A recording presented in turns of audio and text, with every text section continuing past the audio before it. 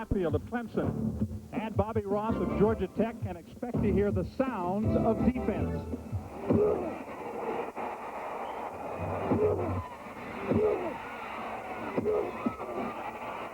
Pressure, throwing on the run, Swilling with his second interception.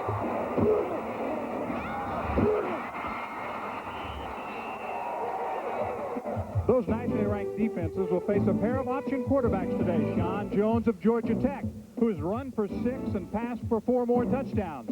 Numbers that are equally matched by the Tigers' junior signal caller, Deshaun Cameron. Clemson has the added plus of freshman Ronald Williams, who, while making just his 4th collegiate start here today, already knows about the big play in the big game. Someone will be soaked with success when it's over.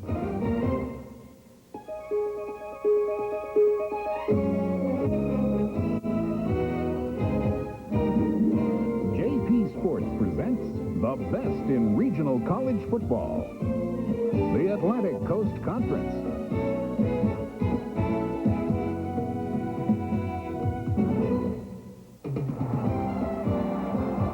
Today's game is brought to you by the Jefferson Pilot Life Insurance Company. For insurance and financial services, better call JP. By Coors Light, the one that won't slow you down. The Silver Bullet is the right beer now. By the airline of ACC Country, Delta. We love to fly, and it shows. By MCI's Prime Time Plan. Real savings 24 hours a day. And by Buick, the new symbol for quality in America. We are live at Bobby Dodd Stadium in Atlanta, and JP Sports presents Atlantic Coast Conference football. This afternoon, undefeated Georgia Tech is hosting once-beaten Clemson in a key conference matchup. The excitement level is very, very high this afternoon. We welcome you to Atlanta. I'm John Sanders along with Jack Corrigan, and we're looking at 2 defenses that give up touchdowns about as often as Atlanta hosts Olympics.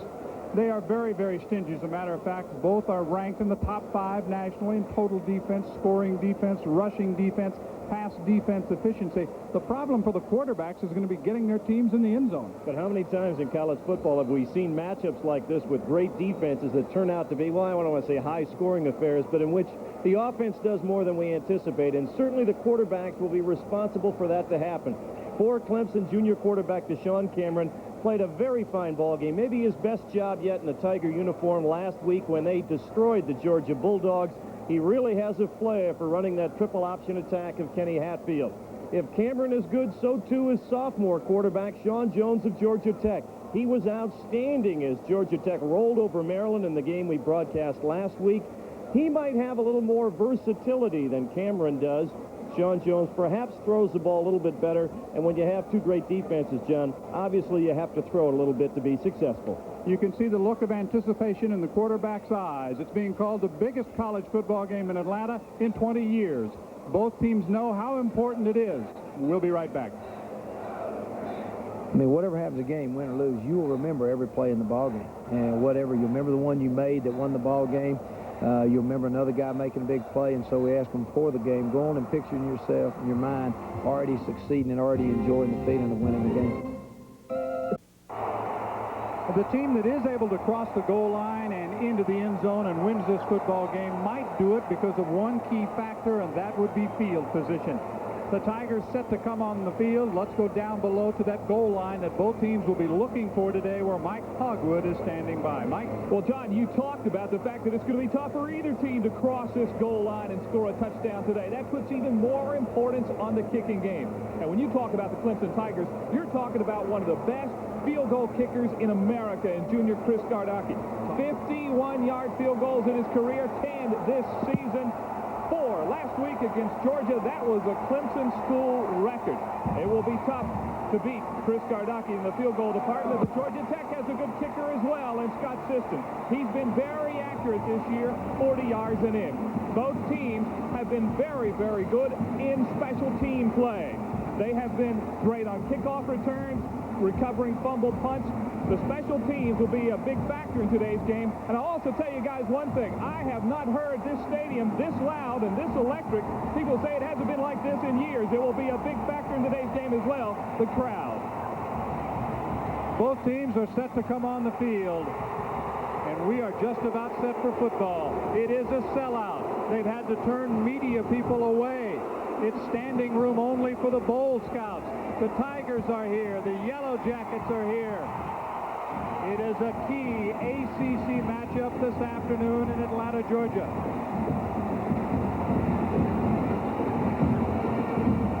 We'll have the opening kickoff from Bobby Dodd Stadium in just a minute. You don't ever feel good about yourself unless you put forth your best effort. And you know better than anybody else whether or not you have. So let's go out, put forth our best effort, have a good time, enjoy it, the atmosphere of it, the opportunity to compete against a great program like Clemson, and let's just let the chips fall where they may.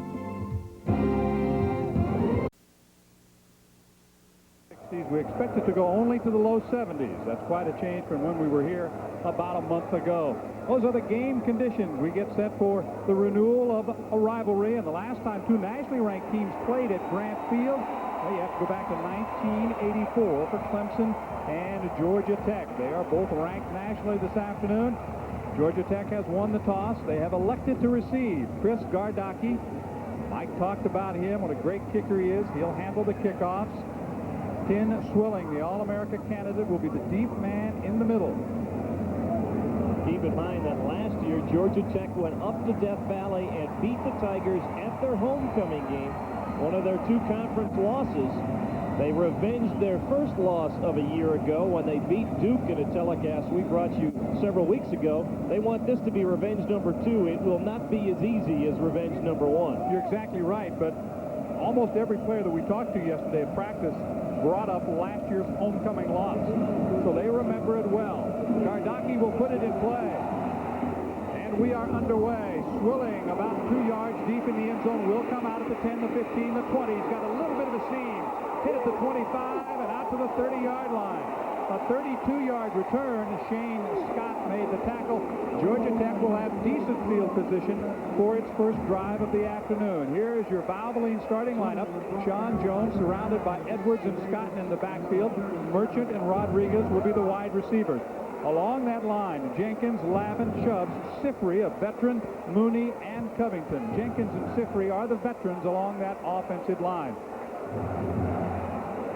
Ken Swilling took a pop. His helmet flew off on that tackle. Looked like he twisted a knee or an ankle a little bit. We'll have to see what his status is like on the sidelines.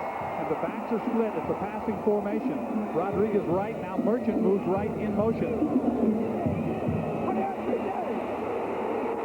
With the football and only a 1-yard gain, Rob Bodine made the tackle on the tailback, T.J. Edwards. When we broadcast the Clemson game a couple of weeks ago, that guy number 99, Rob Bodine, the ex-walk-on out of North Dakota, he has played very well. McLaughlin will play with Richard at tackle. Hammond, an outstanding linebacker group, one of the best in the country. Good secondary support. Dexter Davis, what a year he's having. 5 interceptions in 6 games. Second down and 9. The gain was won. This time they'll go out of the I formation. Play action fake. Jones pass. He's caught at the 45-yard line. Lester leaping high to make the catch, and it's a Georgia Tech first down. Dexter Davis made the tackle. Well, one of the things that Georgia Tech needs to do to be successful is confuse the Clemson defense. See how they all rolled with the action? The bootleg, one of the key ingredients to the Bobby Ross package. And what a catch by Greg Lester, the junior out of Decatur, Georgia. A 14-yard pickup. Lester has scored a couple of touchdowns. The ball is now at the 45, and again they'll go out of the I formation.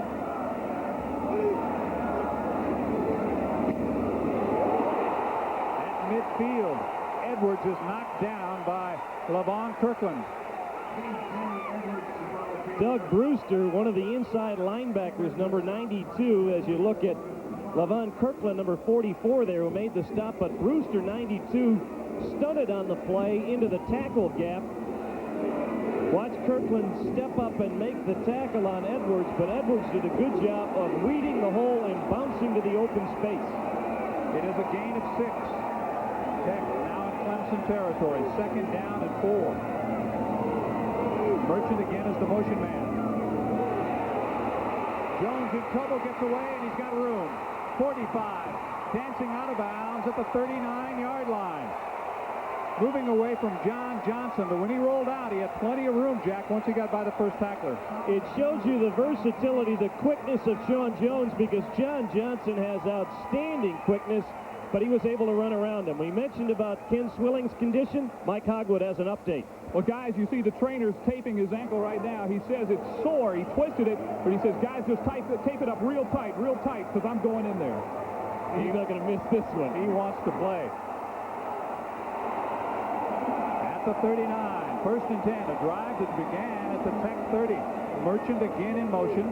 Ian Lester, the wide receivers. There's the option play.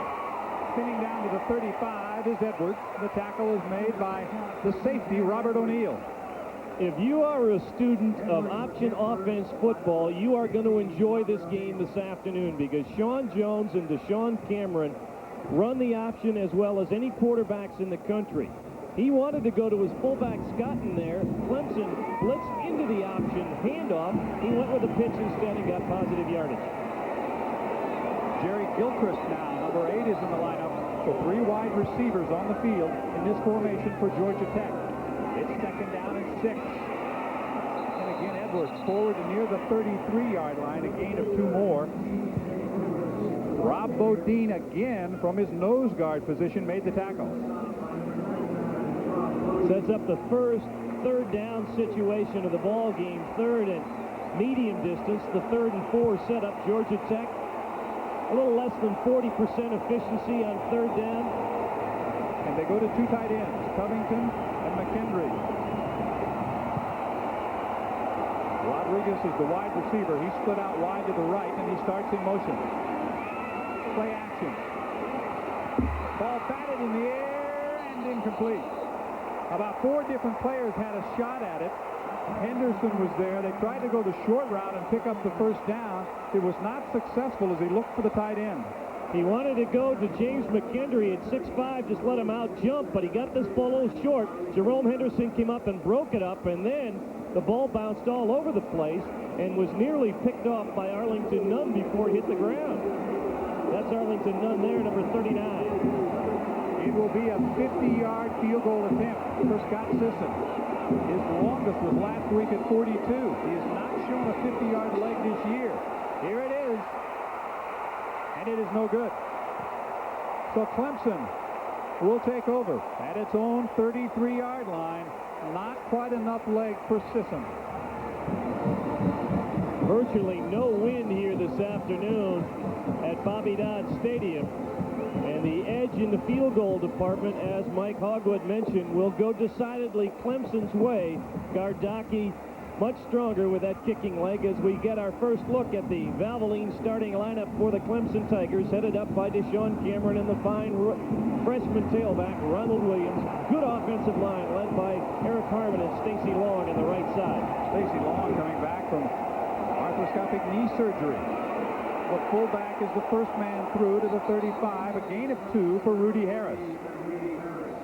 Alvin Tiggle on the tackle. Defensively for Georgia Tech, these guys, Rudolph, Battle, and McClary up front, have to do the job against the Clemson fullbacks.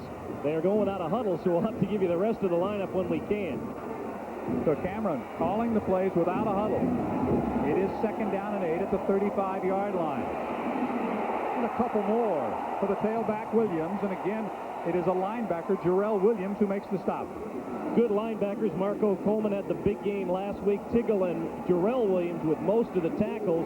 The secondary, Willie Clay, outstanding. Balcom and Swilling, what a pair of safeties. And that is your Valvoline starting lineup completed for both teams, defensively and offensively.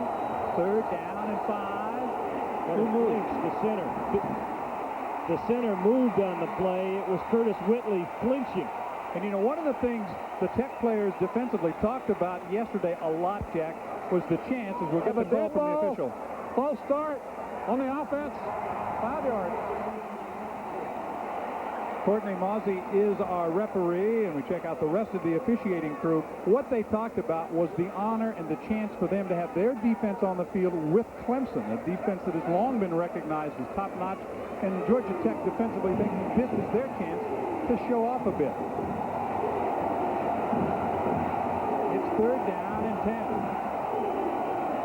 3 wideouts in the lineup.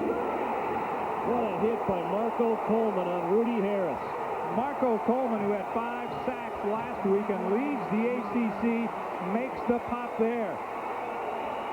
The Tech fans are standing. They have held on the first possession. Willie Clay will be deep to receive the kick. Coleman was on a blitz route on the quarterback, saw the handoff, and with his speed, just beat Harris to the hole. And at 250 pounds, being that fast is rather frightening. Gardocki, his longest this year, 66 yards, and he is among the national leaders with an average of over 42. Hangs it high. Play at his own 25. Spins away from the first tackler. A return of just a couple of yards on the play. A 39-yard kick and a 2-yard return. Second possession for Tech is coming up. 9 minutes and 40 seconds remaining in the first quarter. We're going to take our first break of the ball game. Back to Atlanta. It's scoreless so far. We are scoreless with 9:40 remaining first quarter. The schedules of both teams are ranked in the top 10 in the country as toughest so far this year. Clemson coming in 5-1. Their only loss was to Virginia in week number 2. Tech, best start in 20 years. They're undefeated 4-0. From their own 28-yard line, their second possession. Straight back is Jones. He dumps it off to Edwards. Edwards dropped for a loss of a yard by Kirkland. Kenny Swilling heading to the locker room as he is still having problems with that ankle that he hurt on the opening kickoff. The All-American free safety spotted a seam and had some running room, got stood up here, and from right there, as he got twisted back, that ankle got turned by the tackler underneath. If he is gone, that will really affect the Tech defense. The loss is 2. It is 2nd and 12. Jones rolls out, sets. Merchant leaps high to make the grab at the 30-yard line. Right with him was Doug Brewster. Late flag on the play, and I think Brewster might have grabbed a face mask or something inadvertently. That's exactly what it is. Inside 9 minutes remaining in the opening quarter. It is the second penalty call of the game, and both have gone against the Tigers. The Markoff will take it out to the 35-yard line. The loud ball, face mask on the defense, 5 yards, still second down. Certainly changes the situation as Kenny Hatfield yells out to his defense. Instead of 3rd and long, it's now 2nd and only 3. The kind of play call situation that Bobby Ross and his offensive coordinator, Ralph Regan, certainly want to have. Well, Doug Brewster trying to get his defensive unit fired up. He leads the team in tackles with 46 coming into the game. We're early. First quarter, no score. 2nd and short. Jones got a man wide open. Edwards out of the backfield at the 45. He'll try to tightrope down the sideline, and he's pushed out of bounds. At the 19-yard line, O'Neal caught up with him, but Edwards sneaking out into the flat was all alone.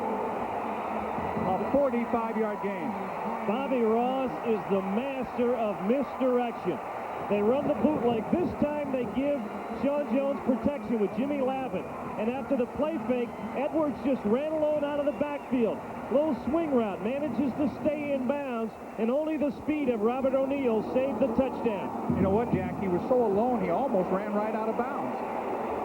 He did get it down the sidelines to pick up 45, and Tech is threatening early on. 1st and 10 at the 19-yard line.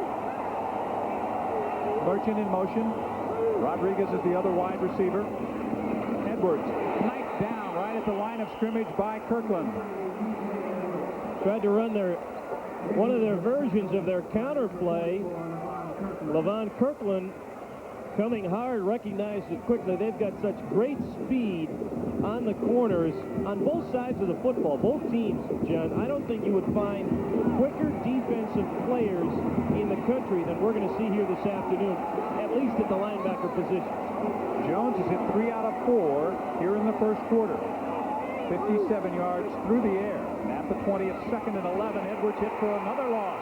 This time it's linebacker Ed McDaniel, number 93. So those Tiger linebackers rising up as Tech gets close.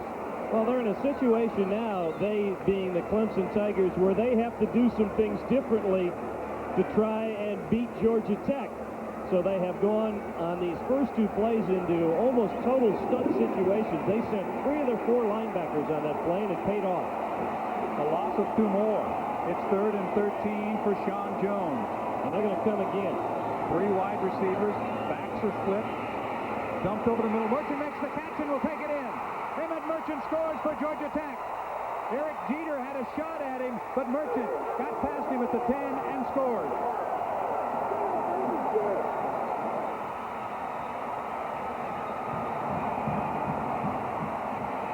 You live with the blitz, you die with the blitz.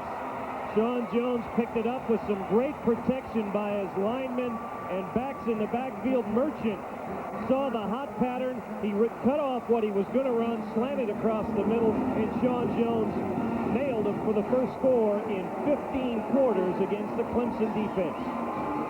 It is Georgia Tech striking first. The extra point is perfect. 7:12 remaining in the opening quarter. Georgia Tech breaks on top in the biggest game here in Atlanta in 20 years. 7-0 Tech. We'll be back after a word from your local station. All is brought to you in part by Southern National. Sooner or later, they'll be your bank. And by your local Carolina Chevrolet Geo dealers. In the Carolinas, the place to be is in a Chevrolet or Geo. And for football fans, the place to be is right here in Atlanta, Georgia, at Bobby Dodd Stadium. Alan Waters will kick off. 7-0 Tech, a sustained drive of 78 yards. They take it in for the first score of the day. It is Thomas on the return. Across the 25. He's knifed down at the 27. Let's take one more look at the touchdown. And a key factor in this, watch the right side of your screen, number 92, Doug Brewster on the blitz. Stop it right there. The block by Stephen Scotton on the blitzing linebacker allowed Sean Jones enough time, we can roll the rest of it here, to spot Emmett Merchant, who changed his pattern because of the stunning linebackers, and it's touchdown, Yellow Jackets. A 20-yard kickoff return puts the ball at the 28-yard line. There is the drive, 6 plays. 2 minutes and 28 seconds is all it took. Of course, they had the big play, the 45-yard pass in the flat. Edwards taking it down the sideline to the 19, and they take it in for 6.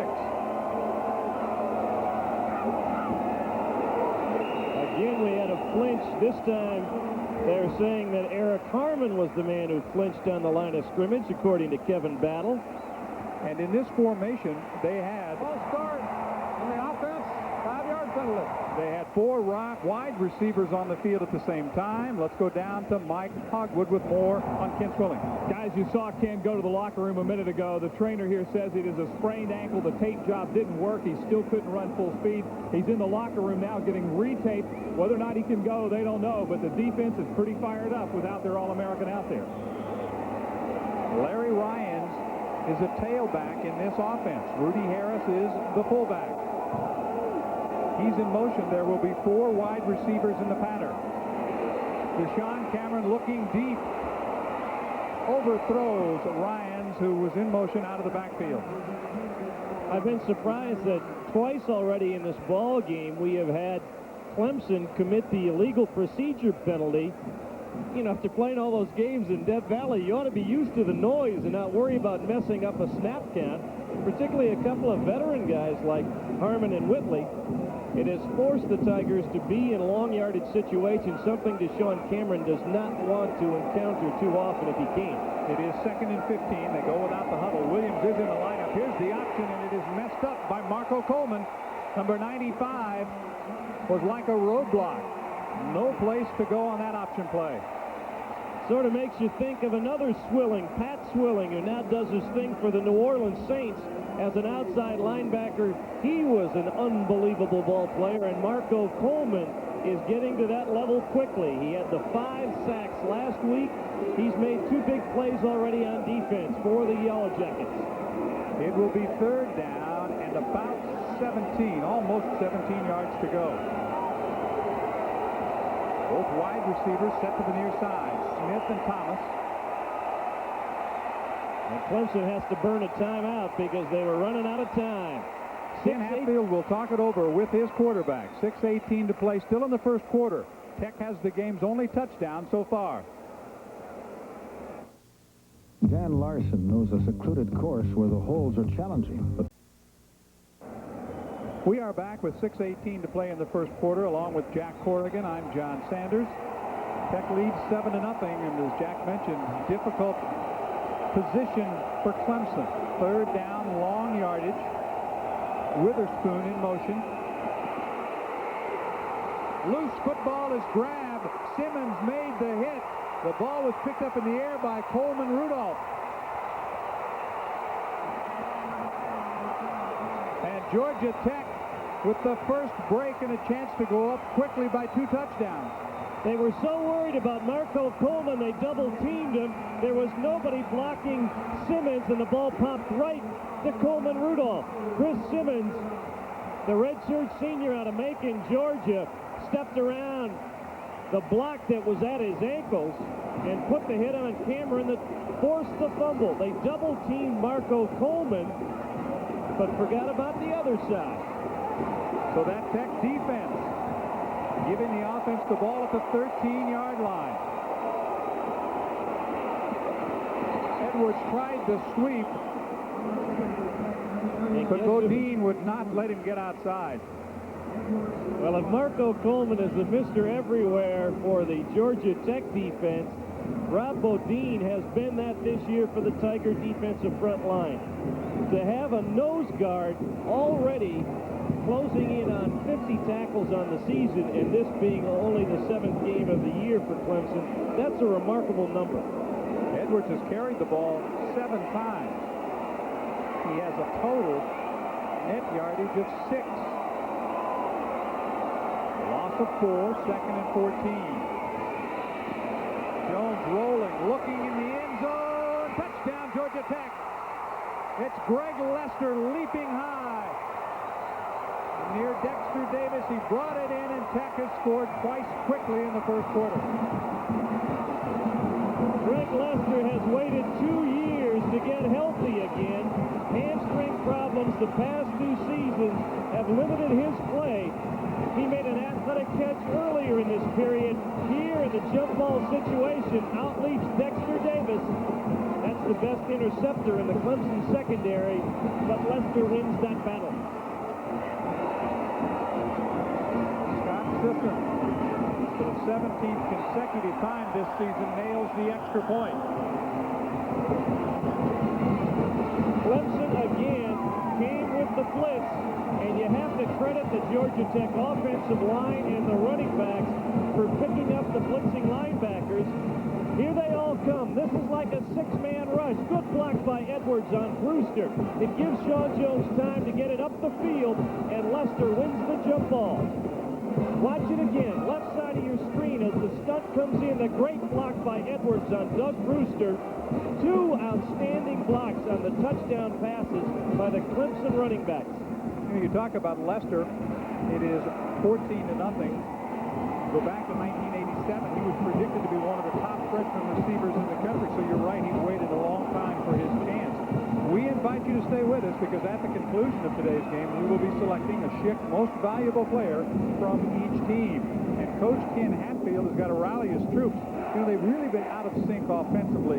Nothing seems to have gone according to pattern so far. Well, they look dazed over there right now. This is a very unusual experience for the Tigers to be down 2 touchdowns with still more than 5 minutes to play in the first quarter.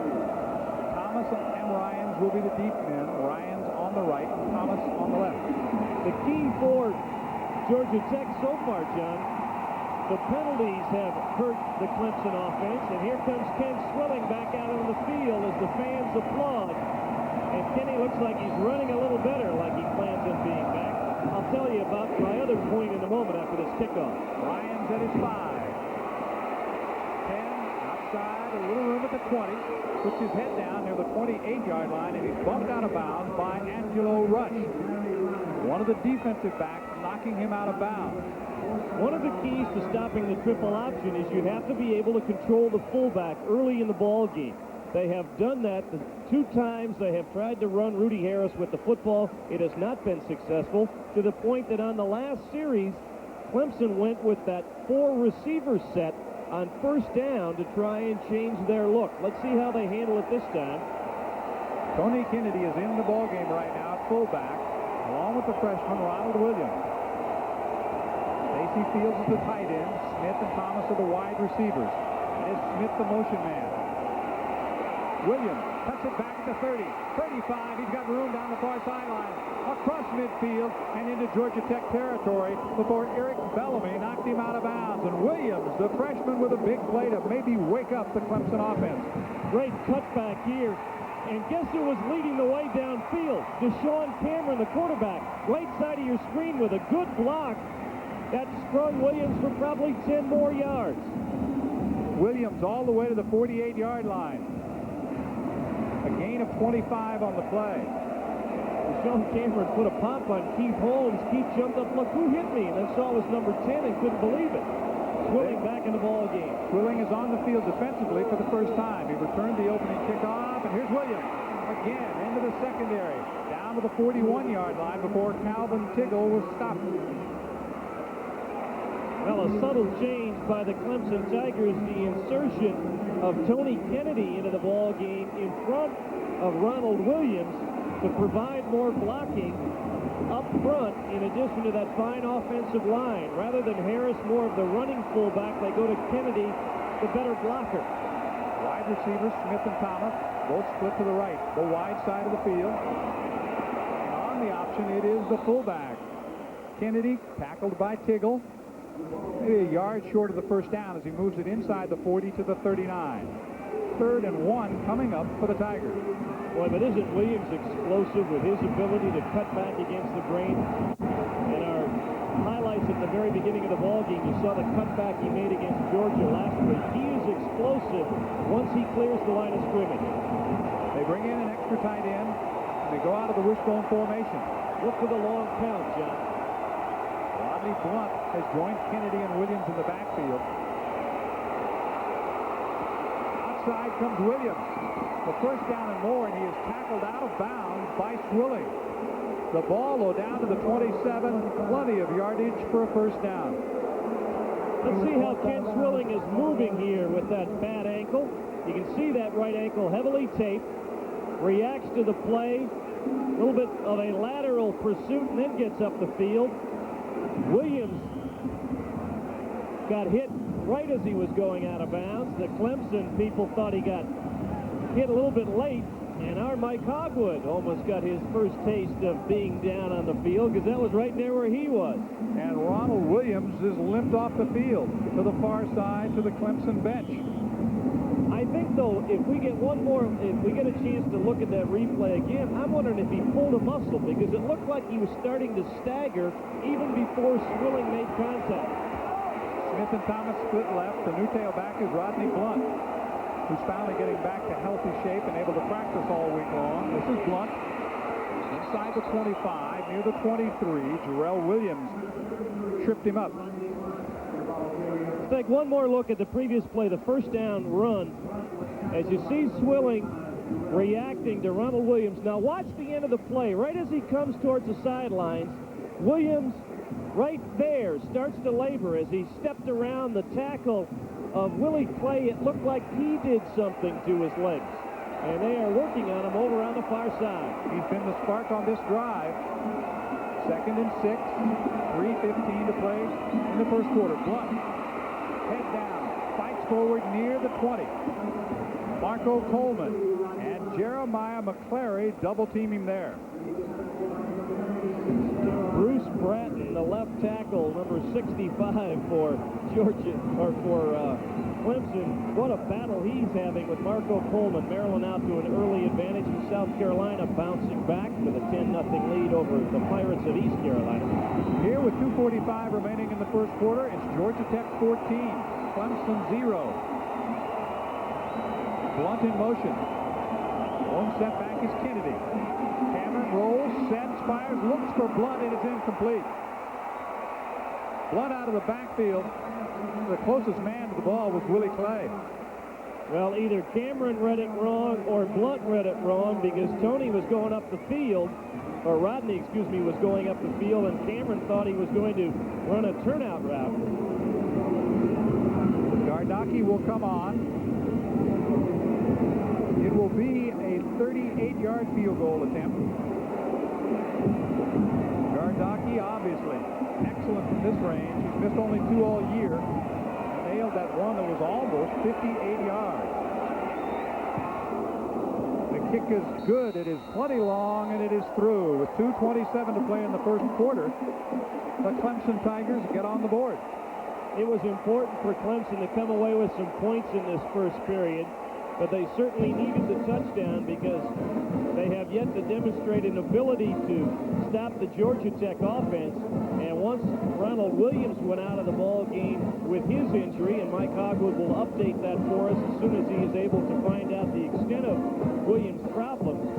Once he went out of the ball game, Jim, the Clemson spirit seemed to sag. You mentioned he was the spark on the drive, and then when he went out, the drive died. Let's go down to Mike right now. Well, guys, the story with Ronald Williams, it is his knee, and there are about 6 Clemson trainers around him with very serious looks on their faces. Williams is definitely in a lot of pain right now. Doesn't look good, but we'll have a further report later. Right now, the trainers are working on him. Hopefully he can come back, but it looks like his knee. There you see the ice bag on the right knee of Ronald Williams. Just as he was stepping out of an ankle tackle attempt by Willie Clay on that first down run, it looked like he twisted something, because he was already in pain as he was heading to the sidelines, and then the again swilling hit just sort of added to his discomfort. Well, if you're a Tiger fan, you'd love to get him back on the field. Swilling not returning this kickoff. Tisdale is being back deep into the end zone, and the ball goes through the end zone. So this will be possession number 4. The field position has been great for Tech for the most part. This will be their worst field position to start a drive, but they have moved the ball well offensively every time they've had it so far. Well, as I mentioned, Bobby Ross, the master of misdirection, has really mixed up his pattern of play calling, the way he has set up that Georgia Tech offense to counteract the speed of the Clemson defense has been impressive, as has that young man. Almost 100 yards passing in this first period. New fullback in this series, Carl Lawson, number 22. The backs are split. Edwards is the other back. It is a passing formation. Rodriguez and Merchant, the 2 wide receivers. Too much time. The huddle clock had wound down. And that's unusual for a first play. A dead ball, delay of the game on the offense, 5-yard penalty. So back to the 15 it goes. Not the first time that Georgia Tech has had something go awry, as Bobby will give you that look probably about a dozen more times before this football game is over. I think that's comfortable for Bobby that way. Where he rests his hand. 2 minutes and 24 seconds remaining first quarter. Tech with the football and a lead of 14-3. Here comes some pressure, dumps it off. Edwards with it. It's outside the 20. Down he goes at the 25. Ed McDaniel knocked him down, but a good gainer. All kinds of frustration right now for the Clemson defensive coaches. Every time they have stunted, Sean Jones has been able to pick it up and make something positive happen. That ends up being a 10-yard play. Brewster this time is not the blitzing linebacker, and he and McDaniel are back, and McDaniel makes the hog collar tackle. It is 2nd down and 5 at the 25. Here's Edwards. Dropped after a gain of 1 by Brenston Buckner. And when Brenston drops you, you've been dropped. There's 315 pounds of him. At least. Well, trying to help his defense out a little bit. Ken Hatfield rotating his front line people. He's got Buckner in the ball game, and Danny Sizer and David Davis. And now it's Edwards who comes up hobbling. He goes to the sidelines. So both starting tailbacks limping to their benches. Jeff Wright comes on. He and Lawson are split on 3rd down. Play action. First down out to the 37-yard line. Jerry Gilchrist just moved into the spot, set himself, and Jones has been brilliant so far. Brilliant might be an understatement. He has been everything that you'd want a multifaceted quarterback to do. He has run the ball, he has play faked very, very well, and maybe most impressively, Jen, he has anticipated or picked up every counter move that Clemson's defense has made. Right now, Brent Goolsby is on the field as a wide receiver, so we've seen about 5 or 6 different receivers so far in the ballgame. Still 45 seconds left in the quarter. Fighting his way all the way to the 45-yard line was Carl Lawson, and it was Pierre Wilson who made the tackle. Carl Lawson's dad was a national powerlifting champion. He powered his way upfield that time. He was hit for about a 2-yard gain and said, no, that's not enough. Let me get a little more. There's the knee of Ronald Williams, and that look tells you that I don't think we're going to see Ronald in this football game. And what a disappointment. You saw the anticipation, the looks on the players' faces that we showed you before the ball game. This is a very, very big game to both teams. Jones is knifed down. Again, Pierre Wilson was there, along with Chuck O'Brien, an inside linebacker, number 38. Chuck from Maryland. That is going to do it for the first 15 minutes of play. Georgia Tech, before a capacity crowd here in Atlanta, has jumped ahead. It's 14-3. We'll be right back.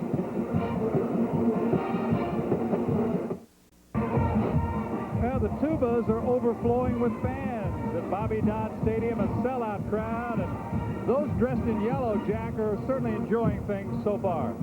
Well, they add another quarter to their touchdown streak. The Tech defense has now gone 17 quarters without allowing a touchdown. Clemson had gone 15 quarters, but they've given up 2 scores here in the first quarter, one the result of an offensive turnover by the Tiger offense. 140 to 47 in total yardage. A great first quarter for Jones. He has the ball on the reverse, hands it to Gilchrist. He's in trouble, looking for some blue shirts. He'll get back to the 39-yard line. Robert O'Neill drops him there. The guy who made the play was Arlington Nunn. The strong safety was on a safety blitz. He comes in nearly untouched, and although they were able to make the reverse, there's Chuck O'Brien, who also strung the play out for Robert O'Neill to finish it off. Good sequence that time by the Clemson defense. Scott Aldridge, his longest this year, 54 yards. Dexter Davis is back, along with Robert O'Neill. Low kick, either the 25-yard line by O'Neill. O'Neill slapped down as he gets to the 32, and Jarrell Williams on the kickoff team. A return of 6 following a punt of 35 yards. So Clemson will start at its own 32-yard line. Good field position. First possession, second quarter. It is 14-3, Georgia Tech. A year ago, Tech winning 30-14 at Clemson. Sean Jones was brilliant that afternoon. He's gotten off to a great start this afternoon. Banged down is Kennedy, the fullback, by Jeremiah McClary after a gain of 3. I go back to what I mentioned in the first quarter. One of the keys to the game for the Georgia Tech defense, stop the fullback on the option on first down, and McClary came off his block so well. Talking to opposing coaches, that's one of the things they've noted about the Georgia Tech defense. They get off blocks so well. McClary and Kevin Battle, the youngster Rudolph, and some of the other players who come in there as well. 3 wideouts. Cameron steps up, fires down the middle. It's incomplete. It was intended for Terry Smith. He was running a crossing pattern inside the 40-yard line, and the ball was incomplete. Cameron now 0 for 3 passing.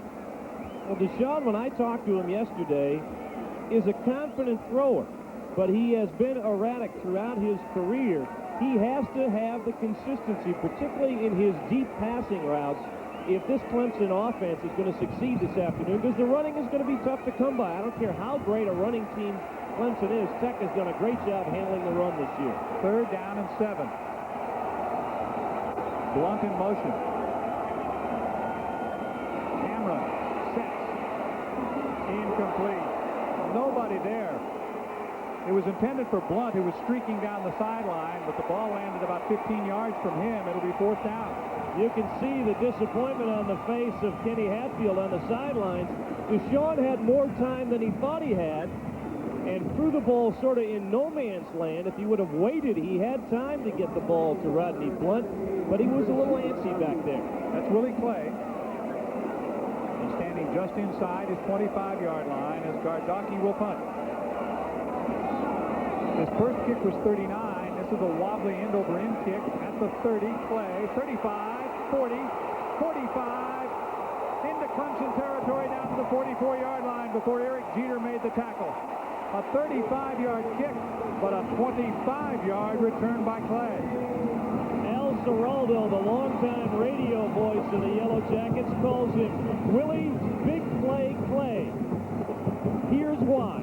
This is just a major league effort. And had he been able to slip out a little more cleanly from that last tackle, John, he had a chance to take it all the way. Willie Clay brought it back to the 45. Good field position for the Yellow Jackets. It's 1st and 10. Jones looks long, looking for Rodriguez. Incomplete. Rodriguez was covered and blanketed by Dexter Davis. Dexter Davis, all-conference last year with 5 interceptions already this year. I'd say he's got a good bet to be a repeater. This is just man-to-man coverage on the fly route up the sidelines.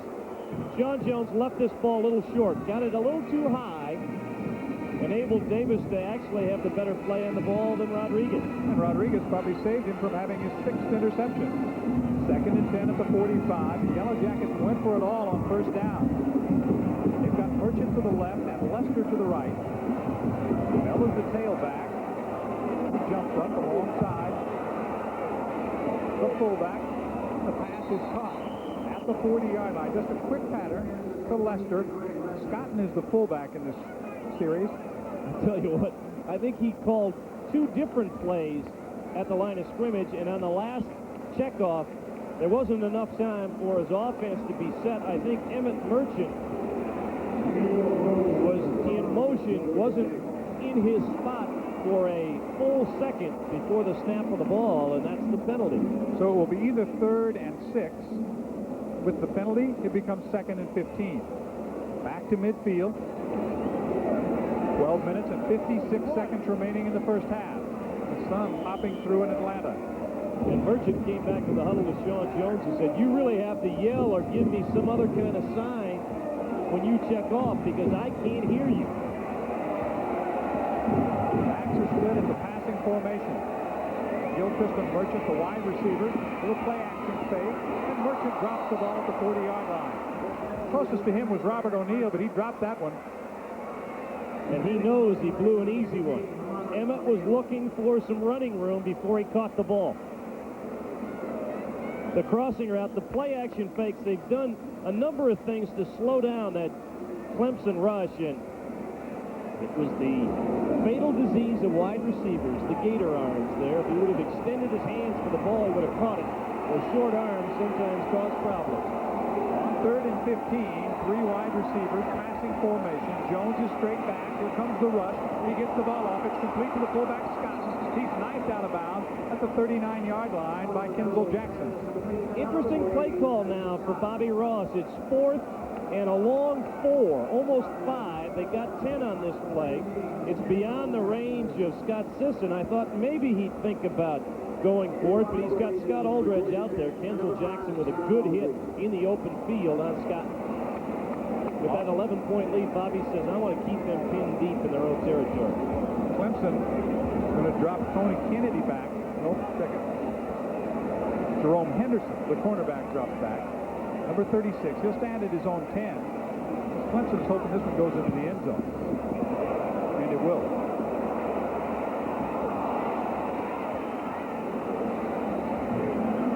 Well, the Tigers will have the football at their own 20-yard line, their second possession of the second quarter. They were 3 and out the first time they had the ball. This drive will begin at the 20. a couple of touchdown passes in the first quarter, adding up to the Georgia Tech 14-3 lead.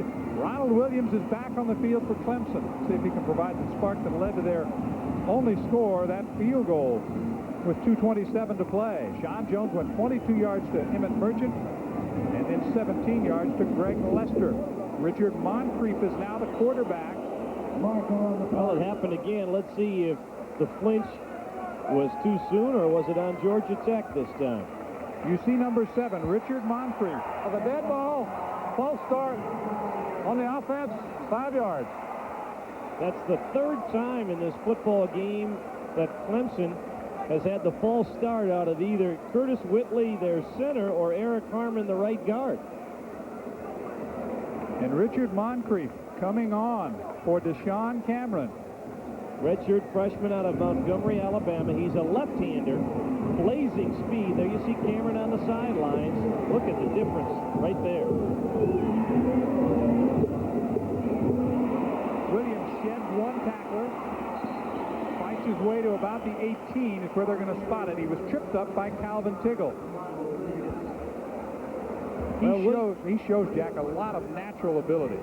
Well, there is no doubt when you are a true freshman playing significant minutes in a high-profile program like Clemson, you better have some talent. He picked up 4 on the play. Running a little gingerly, though. I'm sure it's going to be a few plays before he feels like he can really test that knee. And they get the fullback, John. Harris, he got only a couple on the play. Chris Simmons, number 99, the redshirt senior from Macon, Georgia, made the play. And certainly the state of Georgia well represented on both sides of the football this afternoon. Whether it's the wishbone, the power eye, any offense that has that fullback up close to the quarterback and he gets that action in the guard tackle hole a lot. You have to stop that to take away the offense. Only 1 out of 5 on third down. Moncrief, a lefty, is tackled at the 22. He tried to step up, but Marco Coleman was there. A flag down. We might have a face mask. It would be an inadvertent face mask, I believe, which would only be a 5-yard penalty. But they will get to play third down over again. That's a break for the Tigers. They'll get a chance again to convert a third down situation. And I know when Richard Moncrief stepped up toward the line of scrimmage, Jack, he thought, I've got some room. I can pick up some yardage. But right there, of a 5-yard face mask on the defense, still be a third down. Coleman gets around the block of Eric Harmon, and there was no doubt on the face mask penalty. Takes the ball with the 5-yard infraction out to the 26-yard line. It makes it 3rd and 4. Where they're trying all kinds of different maneuvers up front to take away the pass rushing ability of Marco Coleman. He has 8 sacks on the year with the one today and has pressured the quarterback more than a dozen times. And this time it's Moncrief who will take a timeout. Ken Hatfield's club has used 2 timeouts so far in the first half. Still 10:41 to play, and Georgia Tech leads 14-3. No trouble getting it all back. 14-3 is the score with 10:41 remaining in the first half. Tech has 6 first downs. Clemson has 2, and the Tigers have yet to complete a pass. This is 3rd and 4 at the 26. Moncrief, the quarterback. Here comes the reverse.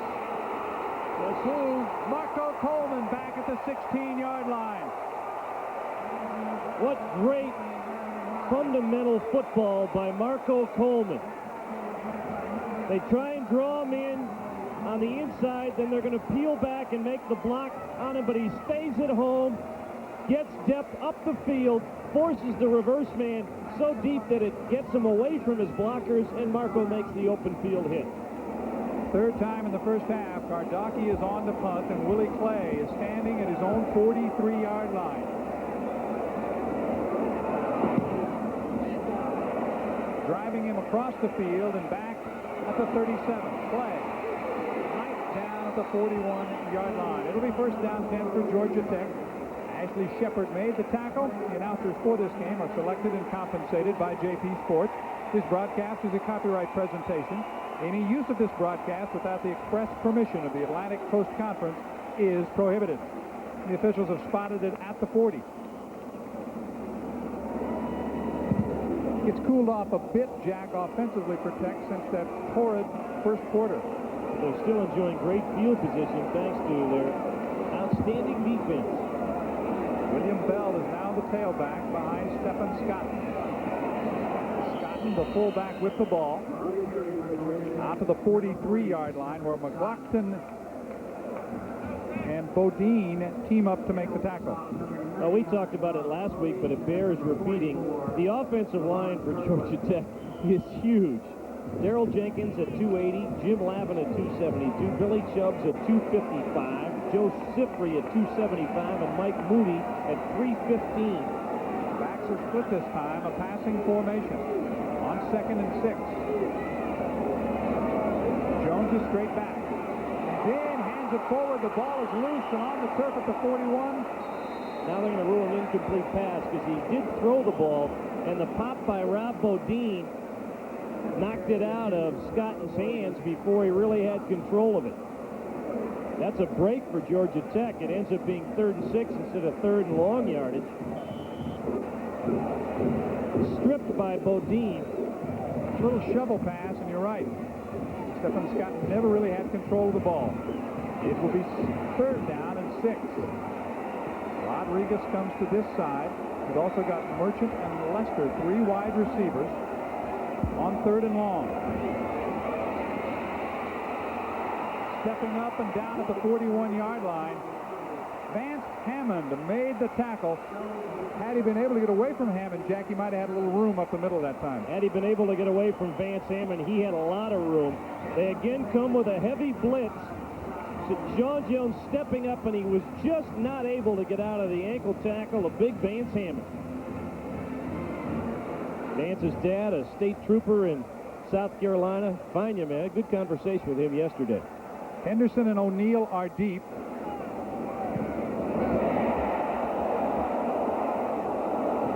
O'Neill banged down at the 29-yard line, and he was really straightened up that time by Derek Gaucher. Let's go down. No, I guess we're not going down. We're going to stay up here, but it's still going to be Mike Hogwood. Where are you, Mike? I'm right next door, guys, and as a matter of fact, this place is so crowded. One of the reasons why is the Bowl Scouts. These are 2 great teams here today. We've got 10 different bowls represented. You see all the scouts intently watching these teams for a possible postseason berth. And I understand you guys are right next door. We're right here. Come on over. Ball is spotted at the 29-yard line. It will be first down. Sean Cameron back in. Moncrief just 1 series. Williams stripped up as he crossed the 35 to the 37-yard line. It looked like Kevin Battle got a hand out. Excuse me, it was Blunt, not Williams, out of the tailback spot. Blunt is back on the sidelines with that leg up. You can see Virginia on a pass to Gary Steele out of the backfield, the fullback in Maryland, getting out some frustrations today against the Demon Deacons. It's 2nd and 2. Out of the I formation. Blunt the tailback and Rudy Harris the fullback, and Harris has the ball.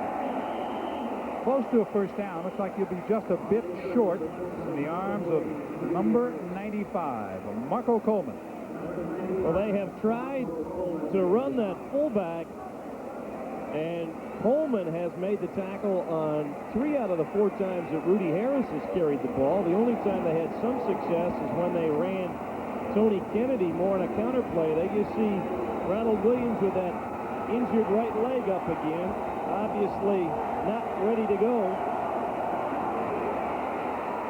It is a first down for Clemson as the fullback Harris gets across the line of scrimmage and out to the 41. Jay Martin helping out in the secondary to put the stop on it, but they've got enough for the first.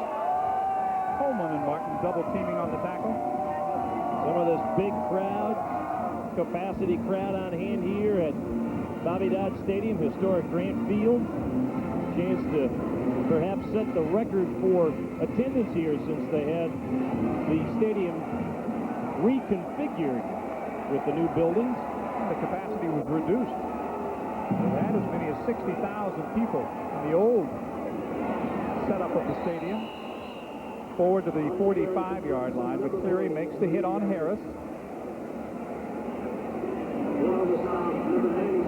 The new look here to Bobby Dodd Stadium, and of course this will be one of the sites for the 1996 Summer Olympics when they come to the city of Atlanta. Georgia Tech will figure very prominently in the plans for the Olympic Village and other activities for the Summer Games in 6 years. They certainly will. Capacity here is about 46,000 now. Only a yard as Coleman makes the tackle on Rodney Blunt. Well, that's one way to beat the sunshine. It has been a picture-perfect day weather-wise. Calvin Tiggle, one of the leading tacklers, gets a little bit of a obstruction from the umpire, Scott Dawson. Scott fortunately was able to bounce out of the way without any damage being done. Third down. 5 yards to go.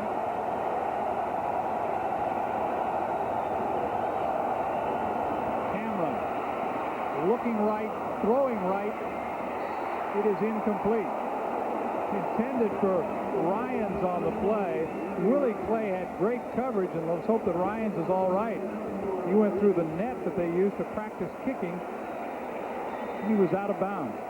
But Deshaun Cameron is really off on his throws today. Even if Ryans catches this ball, he was clearly out of bounds, and as John said, he was lucky he was not seriously hurt on the play. The Clemson pass offense has been non-existent in this ball game, and that has been the difference, as I thought, John. The team that passed the ball better was going to win today. Yardaki's kick to Clay. It'll come up short. Takes a tech bounce straight up in the air. Bounding down to the area of the 22-yard line.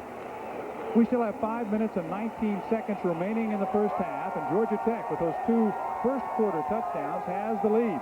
It's 14-3. The Yellow Jackets lead the Tigers. We have a lot more football to come from Atlanta. First, we're going to pause now for a word from your local ACC station. In Atlanta, continue to melt. Just a whisper of wind. Just a beautiful afternoon. Temperature now moving up into the low 70s. Georgia Tech enjoying a 14-3 lead. The Yellow Jackets have the ball. Spotted at their own 24-yard line. The tight end, Covington, in motion. Jones flips it out to the fullback, Scotton. He's down to the 39-yard line. Dexter Davis knifed him down there, but it's a first down for Tech. A 15-yard pickup. Excuse me, John. Bobby Rodriguez peeled back and helped Scotton out again. Great misdirection. Scotton comes out of the backfield after the play fake, and Bobby Rodriguez with the pop on Levon Kirkland. Are you sure it was him popping Kirkland or the other way around? Hey, when you're a receiver, if you get the job done, whether you get hurt more than he does, it still counts. It's first and 10. McHenry, the tight end, in motion. This time the handoff goes to Jeff Wright. Wright is going to be dropped for a loss. Levon Kirkland and Rob Bodine defensively for Clemson. Well, they reversed their progression that time. They ran the bootleg on first down and then ran the same kind of action but gave the ball off here on this play. But Levon Kirkland stayed at home and made the good tackle. Second and long for Georgia Tech.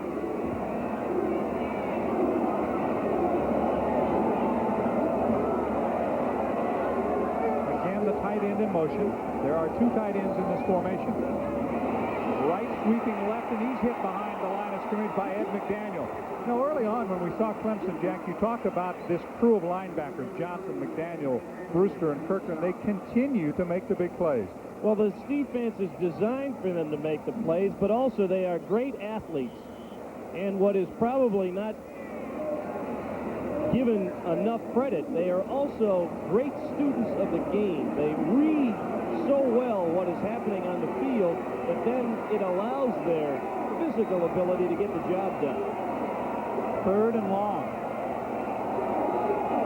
They shift right into the slot on the right side. There's the blitz again. And it's the quarterback draw. Jones is wrapped up right at the 35 by McLaughlin. Some question about whether Chester would play or not because of a neck problem. We expected to see quite a bit of Al Richard, but McLaughlin was there. He's stopping at the 35, no gain. And the Yellow Jackets will have to kick. And the Clemson defense is slowly but surely starting to win the battle on the line of scrimmage. Henderson is deep. 9 men up like they're coming.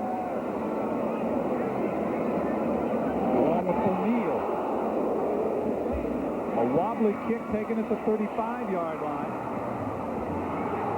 Still on his feet. At the 45. Now tries to go back across field, and that is a mistake because Henderson is dropped by Kevin Peoples. The ball will be near midfield. 14-3 with 2:34 to play in the half. We are back to Atlanta. The Tigers hoping to march here with the final 2.5 minutes of the first half. Down by 11. Good field position at their own 49. Cameron is 0 for 5. Passing the football, and he sweeps to the right side.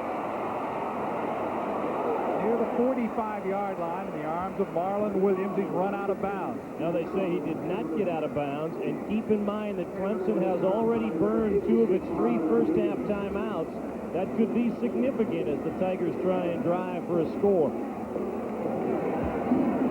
Georgia Tech was in its pass defense, and that was the straight bootleg run. That was no pass option that time.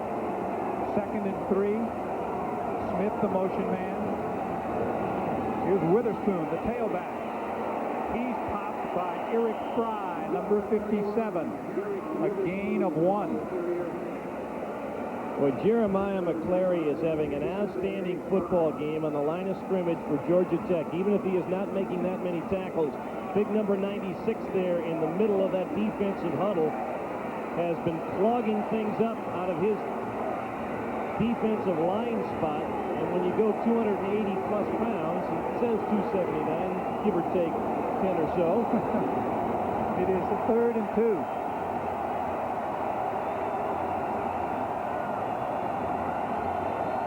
Thomas is the motion man. First down inside the 40. Dancing for that first down was the other freshman at tailback, Witherspoon, and Jeremiah McClary again made the tackle.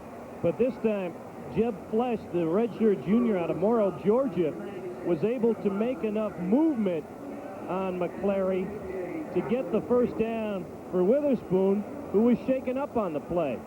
You see McClary makes the tackle, but he was pushed upfield. And it's Witherspoon's left hand or thumb, it appears. See him motioning that it shot the pain sensation, shot up his arm like he might have jammed that thumb or the wrist. Been a tough day to be a tailback for Clemson. It has. Williams is already out. Witherspoon now being helped off. T.J. Edwards went down earlier in the ball game for Georgia Tech, so it has been a tough day for all tailbacks. Even though they got the first down and kept the drive alive, they had to take 3 plays to do it, and they're down to 68 seconds to play in the first half, and the clock's moving again. 3 wide receivers in the pattern. The ball at the 38, 1st and 10. A minute remaining in the half. Nothing at all. The first man threw Kennedy because Kevin Battle was right there to straighten him up. And Marco Coleman was along to help out as well. It's almost like Marco knows what Clemson is going to call before they snap the ball. 40 seconds remaining in the half.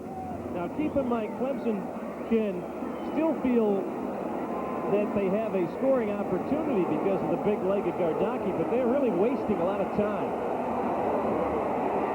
Cameron gets pressure, steps up. 40, 35, inside the 30. Still on his feet. A flag down near the 17-yard line. Could have a clip on the play. Balcom and Tiggle made the tackle. 18 seconds remaining. Have a clip. Jason On the offense. It looked like Jason Davis, number 80, was the guilty party for Clemson. Now, that doesn't necessarily take them out of Gardaki's range. What an effort by Cameron here. They had the safety blitz with Thomas Balcom, and then he just picked his way up the field. Right there is the clip, and a no-doubter there. That was a no-brainer as Davis clipped upfield on Keith Holmes. And instead of the ball being inside the 20, it is back outside the 35-yard line. That's still Gardaki range. But now they're in a situation, John, with 18 seconds to play in the half and one timeout left. They probably don't have more than 1 or 2 plays left here in this first half. It will be 2nd and 8 from the 36.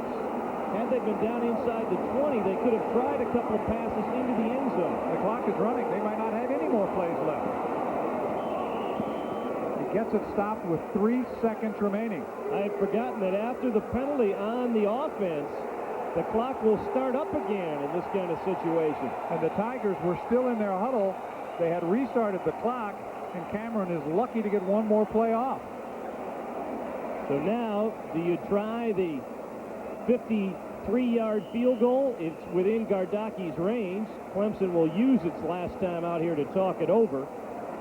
I think you have to come away with some points here, and not to say that you couldn't fire up a Hail Mary try into the end zone, maybe draw a penalty or get the touchdown catch. But with Gardaki's range, and he has kicked this year a 57-yarder, 53 is certainly within his capability. He's kicked a 59-yarder in high school. Coming up at halftime with our Mike Hogwood, our student athlete of the week, we've got the one for the books, and it was a dandy here 6 years ago in 1984, the last time that these two teams ranked in the top 20 at the same time met here at Grant Field. And the Yellow Jackets came away with a big victory that day. They have dominated this first half. Any points at all here for Clemson would be significant, John, because it gives you that little boost going into the locker room at halftime. And it will be Gardaki coming on. Jimmy McLeese, number 5, is the holder. That clip really hurt. Scott Bevel, who was a quarterback in high school, is the long snapper. It will be 53 yards. It's like being at home for Gardaki. He's from Stone Mountain, Georgia, right here in the Atlanta area. One of a dozen Clemson players from the state of Georgia. The 53-yard attempt is up. It hit the crossbar. Ever so close. But Tech will head to the locker room elated with an 11-point lead. We have reached halftime in Atlanta. 2 touchdown passes by Sean Jones in the first quarter, the difference in the football game.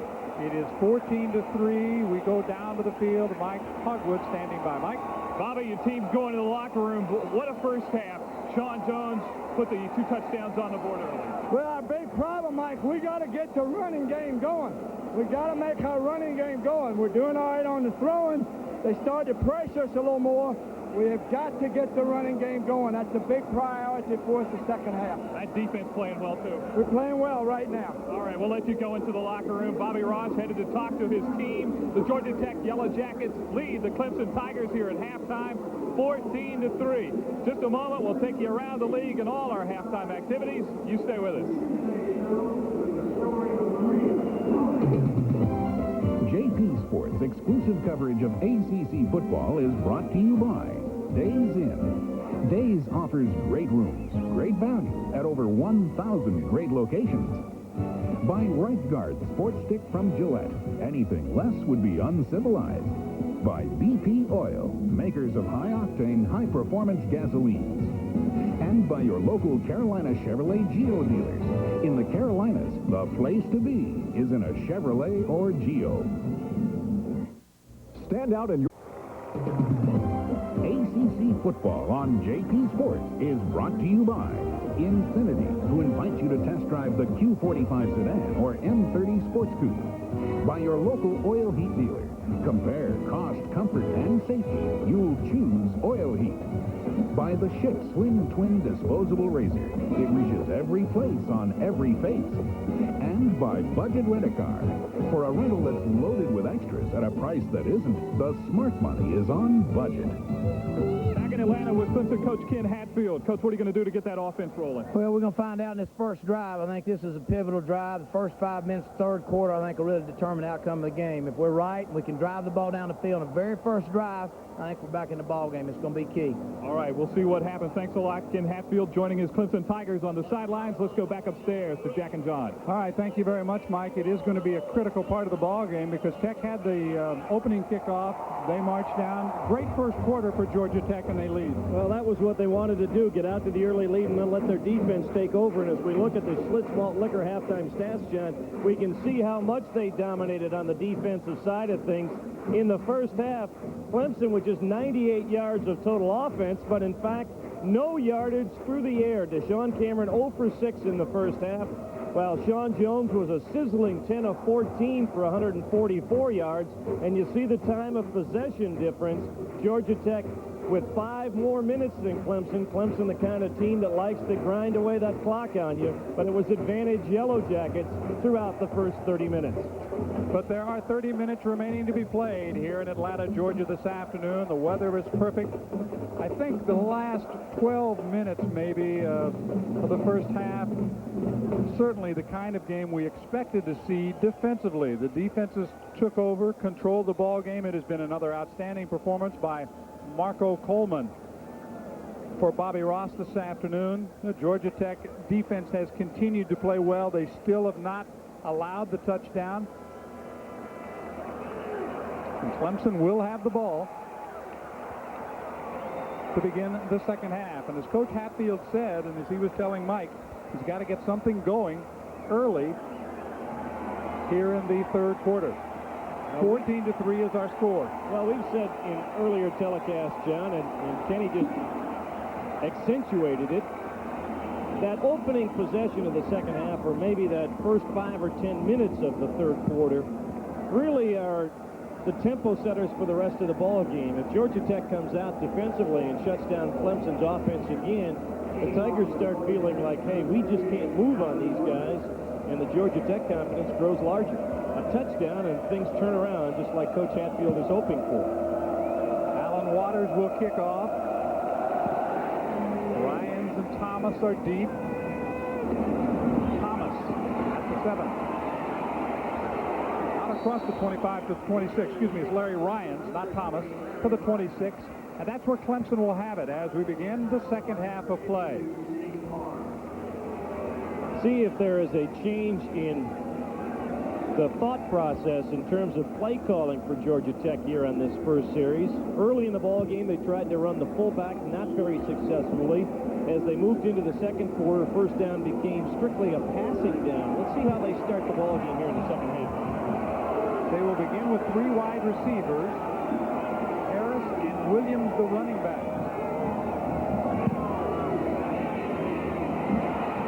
Williams loses yardage to the 24-yard line. Thomas Balcom was there.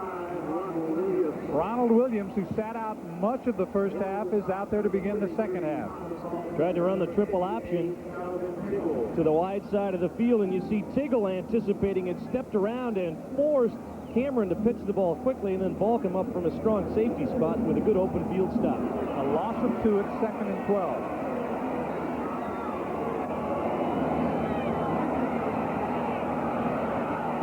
Is caught by Thomas. Comes back to the center of the field and finds some room. A first down for Clemson. He's at the 39-yard line. Marco Coleman had to come back and make the tackle. Doug Thomas made the move that has coaches on the sidelines going, no, no, no, no. Great play, kid, great play. He started to cut back, and he had more yardage, which he's going to give ground here, and coaches hate that. But then all of a sudden he found a seam and turned it into a much bigger play. Thomas picks up 15, and that is the first pass completion of the afternoon. Williams trying to get outside. his balance, dives forward to the 45-yard line. Rudy Harris did a nice job that time blocking on Marco Coleman. It enabled Ronald Williams to turn the corner. He slipped inside of Calvin Tiggle and got positive yardage on first down. 2nd and 4. Clemson now getting into the sequences that they want to have in the football game offensively, John.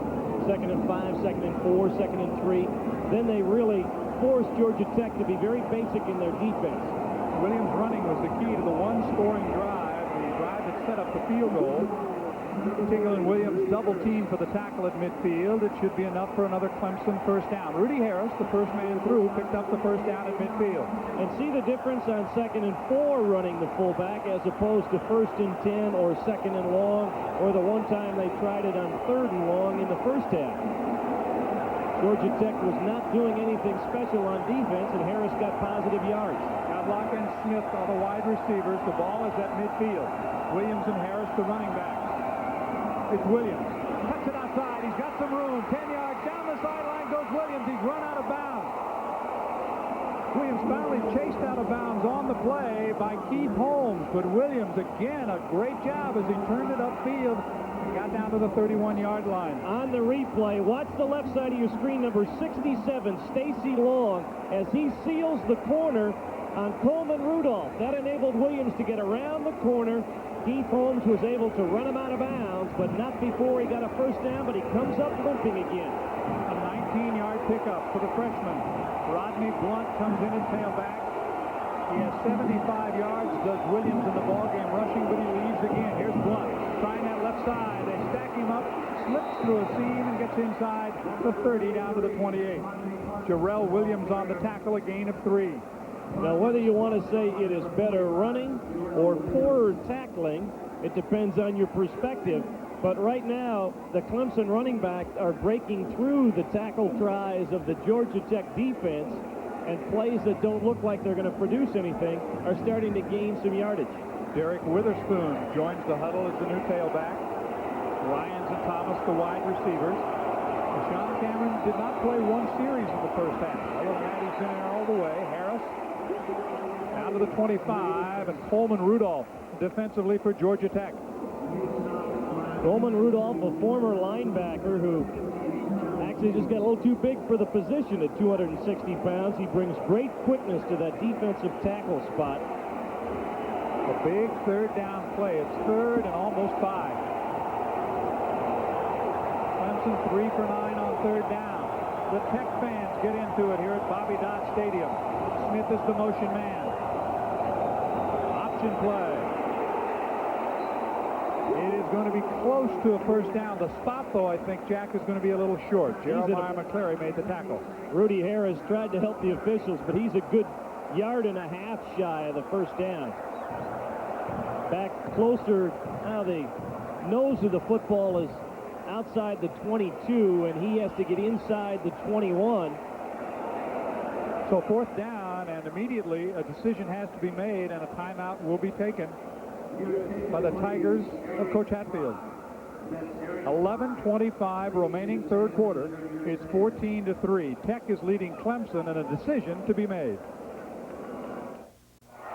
It is 4th down. About a yard to go. 11:26 to play 3rd quarter.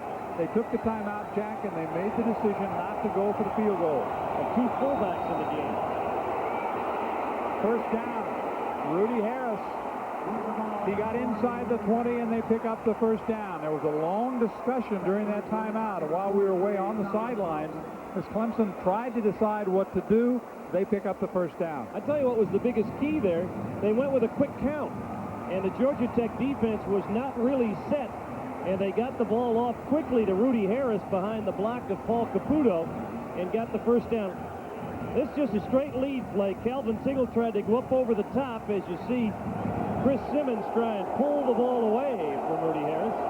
It's a first down for Clemson at the 18 of Tech. Williams inside the 15, falls forward near the 12. Ken Swilling made the tackle, and they mix it up a bit.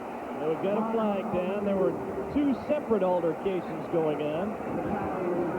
Way downfield, Curtis Whitley and Jarrell Williams were wrestling around on the ground, and then there was another brouhaha back around the 12-yard line. Now the question is, will it be offsetting penalties or will it be against just one team?